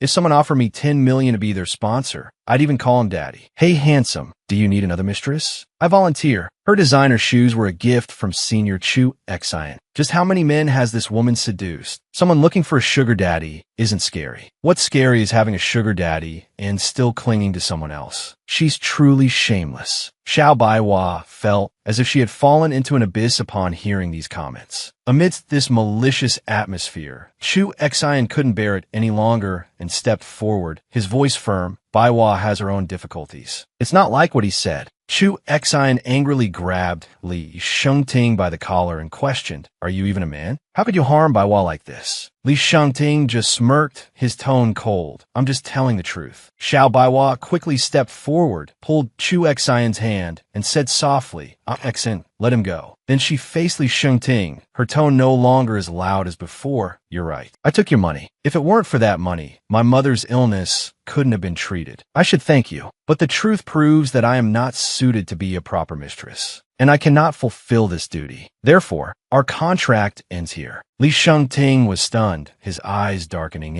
What do you mean?" Xiao Baihua looked straight into his eyes without any hesitation. "I mean, from today on, I am no longer your mistress. I will pay back the money I owe you within 3 years. If you don't agree, you can sue me. In short, I don't want to see you ever again. Let's end this." Her words were like a direct slap to Li Shengting's tolerance. He clenched his fists, his eyes dark, only able to stand there and glare at her. At the same time, on a nearby floor of a building, someone was secretly observing everything. This person was none other than Su Tingting. She had been hiding there beforehand, just waiting for a chance for revenge. Looking down, she saw that Li Shengting, Xiao Baihua, and Chu Xian were all present. A corner of her mouth lifted, a cunning glint in her eyes. Good. All the main characters are here. In Su Tingting's hand was a beehive she had prepared. Because she was wearing protective gear, she wasn't afraid of being stung. Looking towards Xiao Baihua, she gritted her teeth and thought, the bees in the forest behind the school are notoriously fierce. A female student was once accidentally stung, and the wound got infected, leaving a permanent scar. Xiao Baihua, with so many bees, won't they destroy your face? Let's see if you still dare to be arrogant in front of me. Below, Li Shengting still hadn't given up, his voice full of sarcasm. A student who hasn't even graduated like you. What guarantee do you have that you'll earn 10 million in 3 years? Looking towards Chu Xian, he said suggestively, or do you think someone is willing to pay for you? Relying on one man and then clinging to another, you really have some backbone.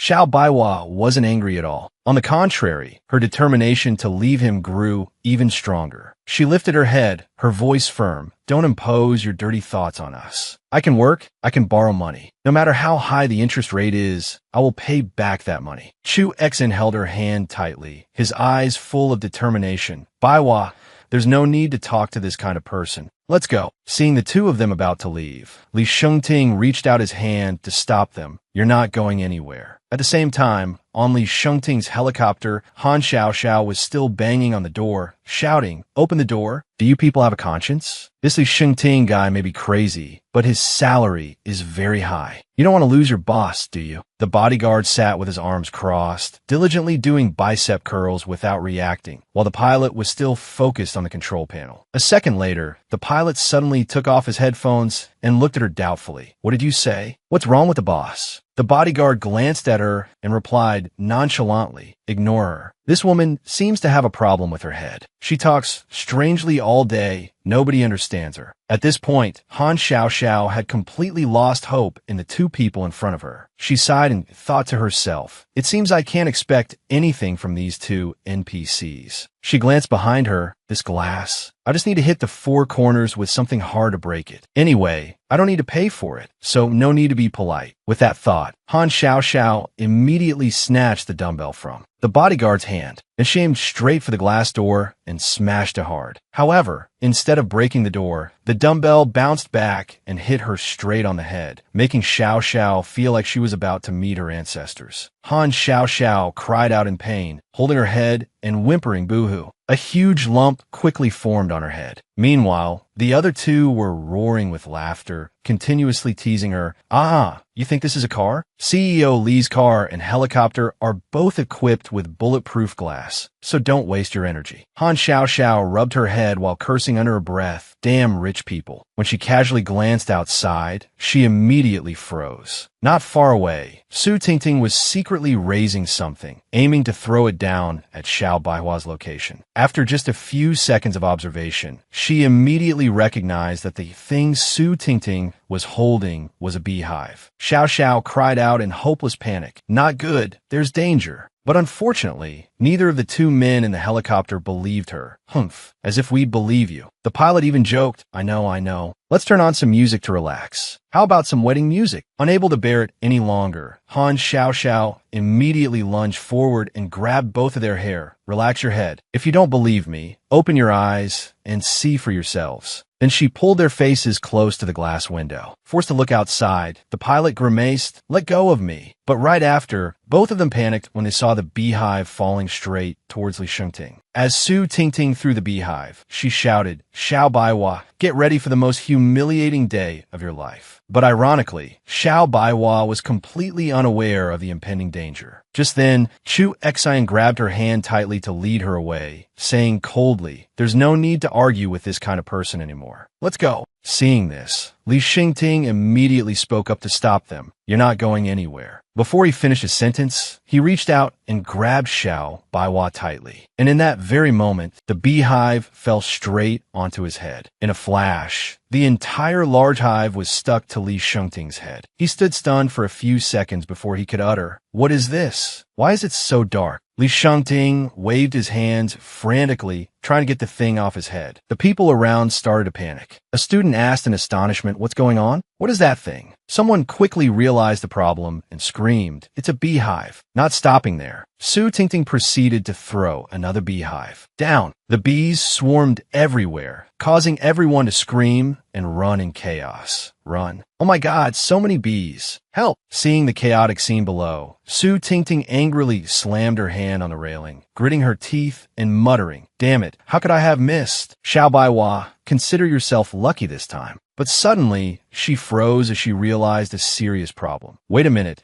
the person who got hit seems to be Li Shengting. Realizing she had just caused a huge disaster, Su Tingting's face turned pale with fear. "If he finds out it was me, I'm done for. I'd better run while no one is noticed." With that thought, she began to back away and leave the scene. Meanwhile, Li Shengting was still struggling with the beehive on his head, his neck swollen and covered in stings from the continuous bee attacks. He kept screaming and flailing his arms wildly. It hurt so much. Someone get this thing off me. But the crowd around him fearfully stayed away, shouting as they ran, "Hey, hey, don't come near here." At this point, the principal wanted to step forward to help, but wary of the bees, he could only stand at a distance to hopefully just hold on a little longer. "I'll find someone to help right away." But the teacher next to him immediately pulled him back, saying in a panic, "Principal, we should run too." Seeing the scene, Chu Bok Hoa couldn't help but hesitate. She really couldn't bear to leave. Just as she was about to run back, Soham quickly held her back. "Don't go over there. It's too dangerous." At the same time, Lu Thin Din finally managed to poke a hole in the corner of the beehive, right at eye level. He happened to see the helicopter approaching. The bodyguards and Han Chu's group hurriedly shouted, "President Lu." Seeing them, Lu Thin Din joyfully yelled, "Quick, quick, save me." But as they got closer, the bodyguards saw him thrashing about nonstop. "President Lu, stop moving. We can't get close to you like this." The pilot, realizing the situation was not looking good, frantically shouted, "Get the beehive off, or the boss will be stung to death." With everything hanging by a thread, Han Chu held a rock in her hand and commanded, "You too, hold him down." The other two immediately and obediently complied, each holding one of Lu Thin Din's arms. "President Lu, please bear with it for a moment." Han Chu rushed towards Lu Thin Din, unhesitatingly raised the rock high, and then, without a second word, smashed it hard onto the beehive on his head. Ah!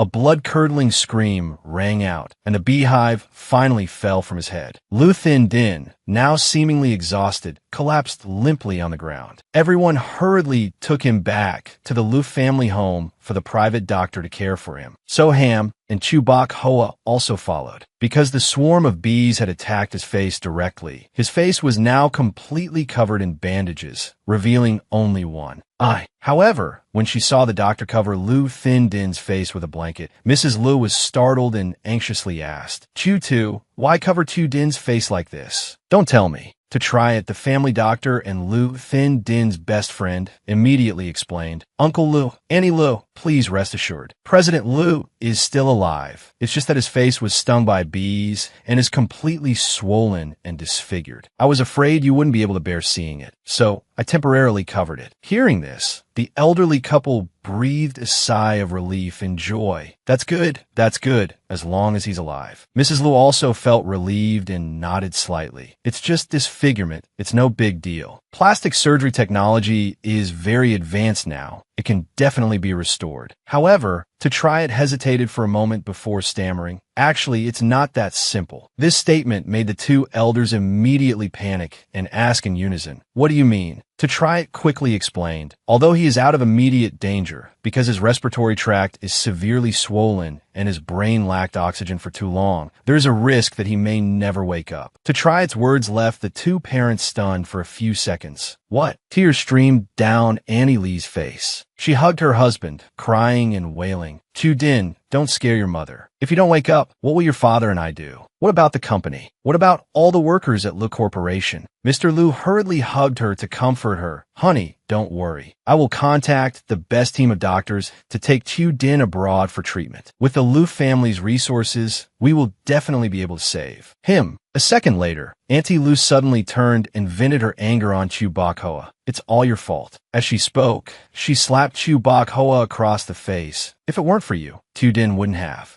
gone to that dilapidated school to propose." Chu Bok Hoa burst into tears and said chokingly, "I'm sorry, Auntie. I never wanted this to happen." Soham immediately stepped in front of her, his tone cold as he said, "Mrs. Lu, the school has clearly investigated that the beehive was thrown down by Chu Tin Tin. It has absolutely nothing to do with Bok Hoa. If you lay a hand on her again, don't blame me for being impolite." Just then, Lu Thin Din suddenly opened his eyes. He saw everything his mother had done to Chu Bok Hoa, and moreover, he heard her say chokingly, "If I had known this would happen, I wouldn't have said those words. If he hadn't chased after me then, maybe he wouldn't have." Soham gently comforted her. "Bok Hoa, don't blame yourself. No one could have predicted this. We can only say that Lu Thin Din's luck is bad." Seeing Chu Bok Hoa crying in Soham's arms Lu Thin Din immediately became furious, roaring in his heart. Chu Bok Hoa, I haven't even settled the 10 million debt with you, yet you dare to embrace another man in front of me. His unfriendly eyes looked as if they wanted to swallow So Ham whole. And you, So Ham, get your dirty paws off my woman right now. Auntie Lu was surprised to find that her son had opened his eyes. She shouted with joy, "Everyone look, Chu Din has opened his eyes." As he woken up, hearing this, to try it immediately re-examined Lu Thin Din's condition. But after a moment of observation, he shook his head sadly. He spoke seriously to everyone. A person in a vegetative state can occasionally have such reactions, but this isn't waking up, it's just the body's instinctive reflex. Let me go discuss with the professor to see if there's a better way. Mr. Lu nodded. Okay, I'll leave it to you then. However, to try its assessment was completely wrong, because in reality, Lu Thin Din was awake, and moreover, there was only one thought in his mind at that moment.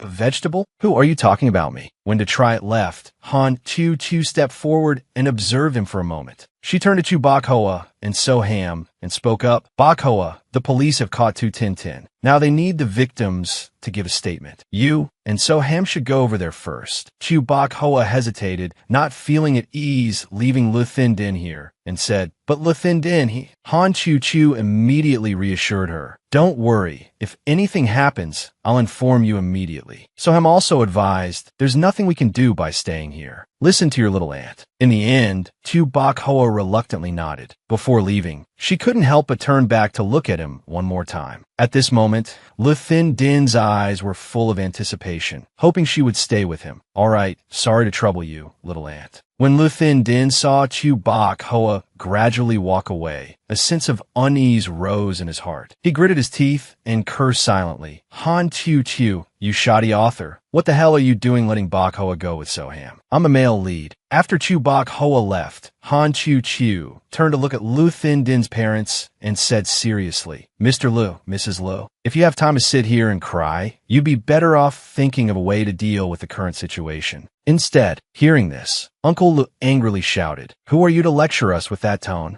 Han Chu didn't get angry. Instead, she gently explained, "Who I am is not important. But from what I know, since Lu Thin Din took over the group, Mr. Lu hasn't been involved in the business world for many years, and Mrs. Lu has even less business experience. The news that he has become a vegetable will sooner or later be exposed. At that time, the shareholders will definitely not miss this opportunity. If you two don't quickly think of a countermeasure, it's uncertain whether the position of president of the Lu family will even remain." These words made Uncle Lee's face harden. He had clearly realized how serious the situation had become. Auntie Lu beside him also became tense and turned to her husband, her voice full of worry. "Honey, she's right. Before, when the company was in your hands, it almost went bankrupt. That's why the old master decided to hand it over to Chu Din. Now that Chu Din has become like this, what if the company falls into someone else's hands? Then I won't be able to buy designer bags. I won't be able to wear high-end jewelry anymore. I don't want to live a hard life." Seeing his wife like this, Uncle Lu took her hand to reassure her. "Honey, rest assured, you are the one I love the most. No matter what, I won't let you suffer." Watching the scene of passionate love between the couple, Han Chu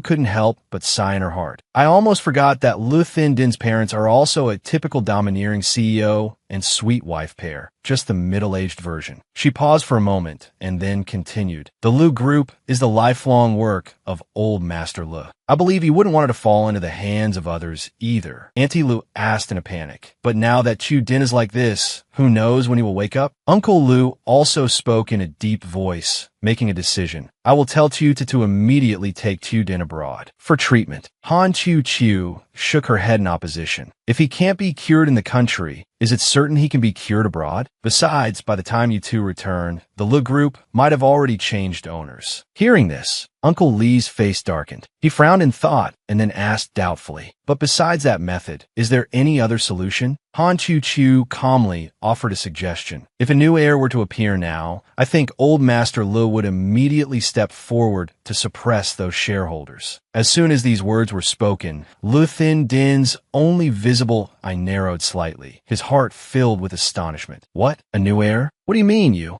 Lousy author. Han Chu Chu continued. I believe that if a descendant of the Lu family inherits this position, old Master Lu will definitely step up to help. This suggestion made Uncle Lu immediately agree. That's right, although I'm not good at business, my genes are very good. Just look at Chu Din, you can tell. The son I give birth will naturally not be inferior. As he spoke, he held his wife's hand tightly and looked at her gently. If this generation can't hold on, then let's quickly cultivate the next generation. For the sake of his grandchild, the old master will definitely come out of retirement. Andy Liu immediately blushed with embarrassment and replied, Honey, you're so naughty. I'm already this old. I don't know if I can still give birth. Speaking of which, she suddenly remembered something and lowered her voice to a whisper. But I heard there's a miracle doctor. Mrs. Trong also took his medicine. At 45, she was still able to give birth to twins. Uncle Lu immediately became excited. Then what are we waiting for? Let's contact him quickly. Time is tight. We must hurry. As soon as he finished speaking, he picked up his wife and quickly ran. Out of sight, seeing the scene before him, Lu Thin Din was so angry, he gritted his teeth. He thought to himself, I'm not dead yet. How can you be in such a hurry to have another one? Are you my real parents or not? At this moment, only Han Chu Chu was left in the room. She stood silently for a moment, her eyes calmly looking at him. Then she slowly lifted the blanket and spoke softly. Except for our esteemed male lead, everyone else seems to be very obedient to me. Hearing this, Lu Thin Din sneered in his heart. Very good. If you wanted to get revenge on me, you succeeded. His eyes looked at her as if to say, but that's enough now. Stop playing. Hurry up and think of a way to get me out of this damn situation. Han Chu Chu quickly realized he was not in a vegetative state, so she immediately took the opportunity to tease him. She leaned her face close to his, her voice full of mischief. Let me guess what you're thinking right now. Are you hoping I'll rewind the script so everything goes back to before you caused trouble, right? His eyes flickered slightly as if in tacit admission. She wasn't that stupid. But right after that, Han Chu Chu suddenly narrowed her eyes. Her tone was full of provocation. What if I say no? As soon as she finished speaking, his eyes darkened, staring at her without moving. The next second, Lu Thin Din gritted his teeth and cursed silently in his heart. Why is this woman so idle? And she even likes to play hard to get. I don't have time to joke around with you. If I really become a vegetable, won't your mission also fail? Do you want to die? A moment later, Han Chu Chu slowly spoke, delivering a stunning sentence. You don't really think that the male lead has to be you, do you? Hearing this, he froze, suffocated, a look of astonishment in his eyes. What do you mean? Han Chu Chu shrugged and slowly explained. Just as your parents said, instead of wasting time on an adult, it's better to raise a new one. If I switch to a more obedient male lead, maybe I'll be able to go back soon. These words threw his mind into turmoil. His eyes looked at her sharply as if to ask, Are you kidding? You think you can scare me with just that one absurd sentence? Han Chu Chu laughed and bent down to look at him. You still haven't realized why you're lying here, have you? As the male lead, your luck depends on Chu Bok Hoa's feelings for you.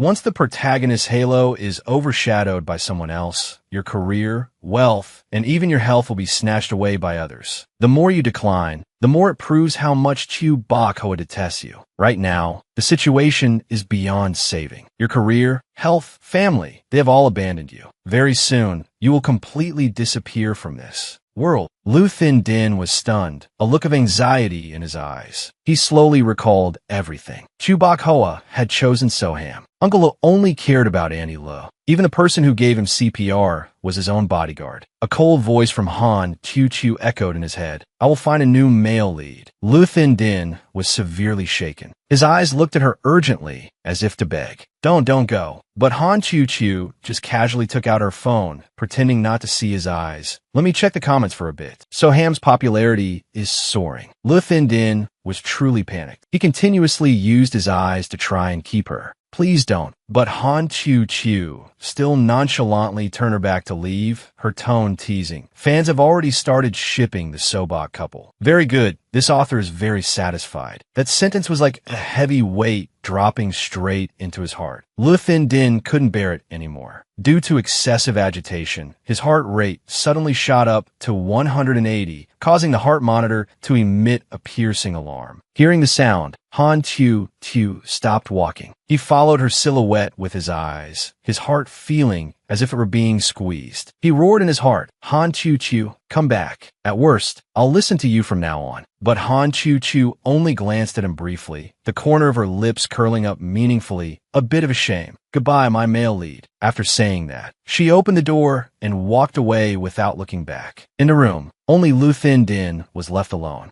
On the hospital bed, thinking about how the important people in his life would no longer care about him, countless chaotic emotions churned within Lu Thin Din and, I don't want to die, I don't want to disappear, I don't want to be forgotten. Han Chu-Chu, only you can save me. It turned out Han Chu-Chu hadn't really left. At this moment, she stood watching him through the crack of the door, a triumphant smile on her face. He lay there silently, reflecting on everything he had done. Lu Thin Din kept screaming in his heart, don't give up on me. On the heart monitor screen, the waveform gradually flattened. His life at this moment was like an oil lamp flickering in a strong wind, which could be extinguished at any moment. In that moment between life and death, memories replayed like a reverse motion film. He heard the words Chu Bok Hoa had once said to him, every single word like a sharp blade, cutting into his heart. You never saw me as an equal. The only thing you love is yourself. You are the most selfish, most despicable person I have ever met. Every second I'm with you, I feel incredibly suffocated. The image of an angry Chu Bok Hoa, her eyes filled with disappointment and hatred, appeared clearly before his eyes. A suffocating feeling washed over him, leaving him so confused that he could only whisper, Chu Bok Hoa. Lu Thin Din was surprised to find himself standing in the university courtyard. Everything was strangely familiar. He subconsciously mumbled, the school, the bees haven't appeared yet. Has time turned back? Not far away, Han Chu-Chu was standing there with a very satisfied smile. Seeing the sly smile on her lips, he immediately remembered what she had said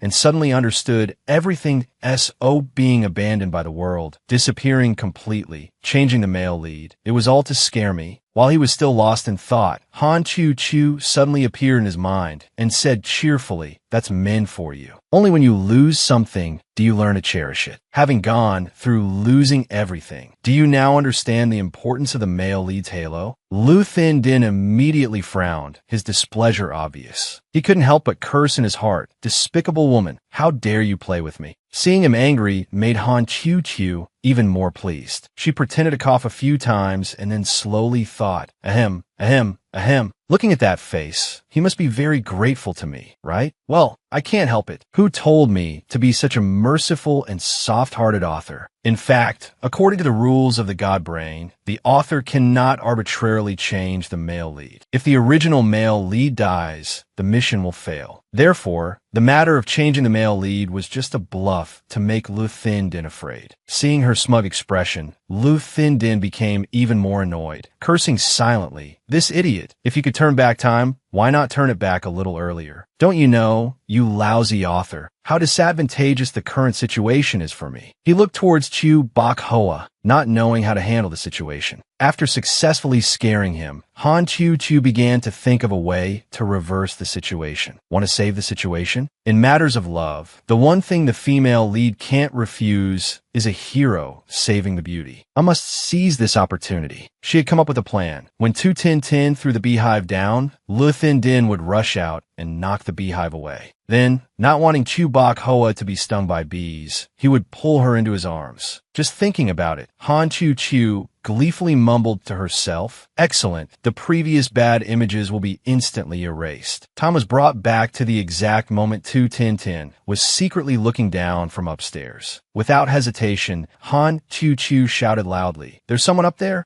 Everyone immediately looked in the direction she pointed, their faces all showing clear surprise. Meanwhile, Tu Tin Tin, who had just raised the beehive high, mumbled, "Bad luck, I've been discovered." Without any hesitation, she quickly threw the beehive down. Immediately, screams echoed throughout the schoolyard, "Whoa, bees! Run!" The scene became extremely chaotic. Han Chu-Chu stood to the side, a glint of anticipation in her eyes. Lu Thin Din, don't disappoint my expectations. According to Han Chu-Chu's plan, the beehive would land where Chu Bok Hoa was, and everything happened as expected. Currently, Chu Bakhoa was extremely panicked seeing the beehive hurtling straight towards her. Just a second later, Lu Thin Din immediately rushed over, urgently reminding her, "Be careful," but faster than him. So Ham had reacted instantly. In a flash, he ripped off his jacket. He decisively used it to catch the beehive. Seeing this scene, Lu Thin Din was stunned, while Han Chu Chu panicked and said to herself, "This is not good. The plan has been hijacked." Just then, a security guard appeared, holding a stick and a bucket. He shouted loudly, move aside,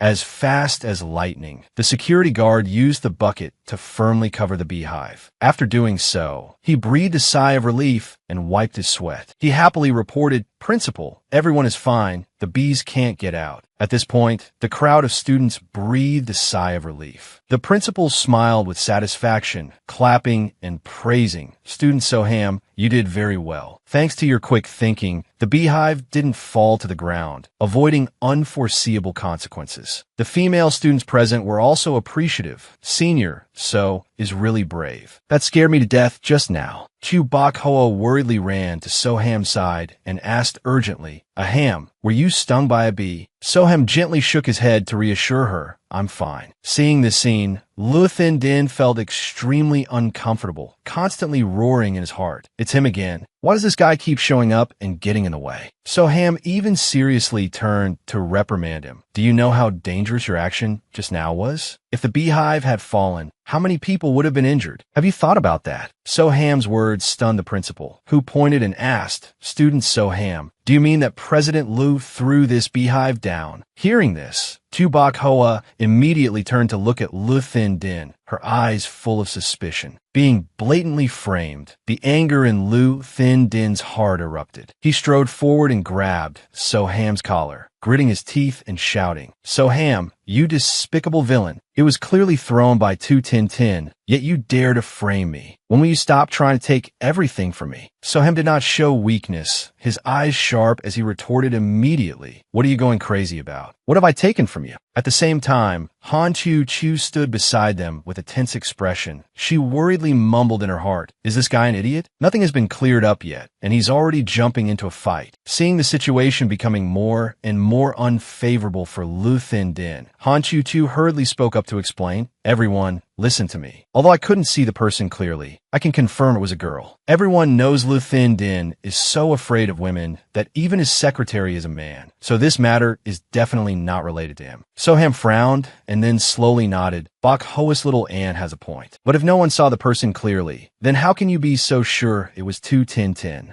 After speaking, Soham pointed directly at Lu Thin Din. He continued in a stern voice, "Unless you knew beforehand." Hearing this sentence, Han Chu Chu immediately screamed at her head, "Oh no, that's not what I meant. Save me, save me."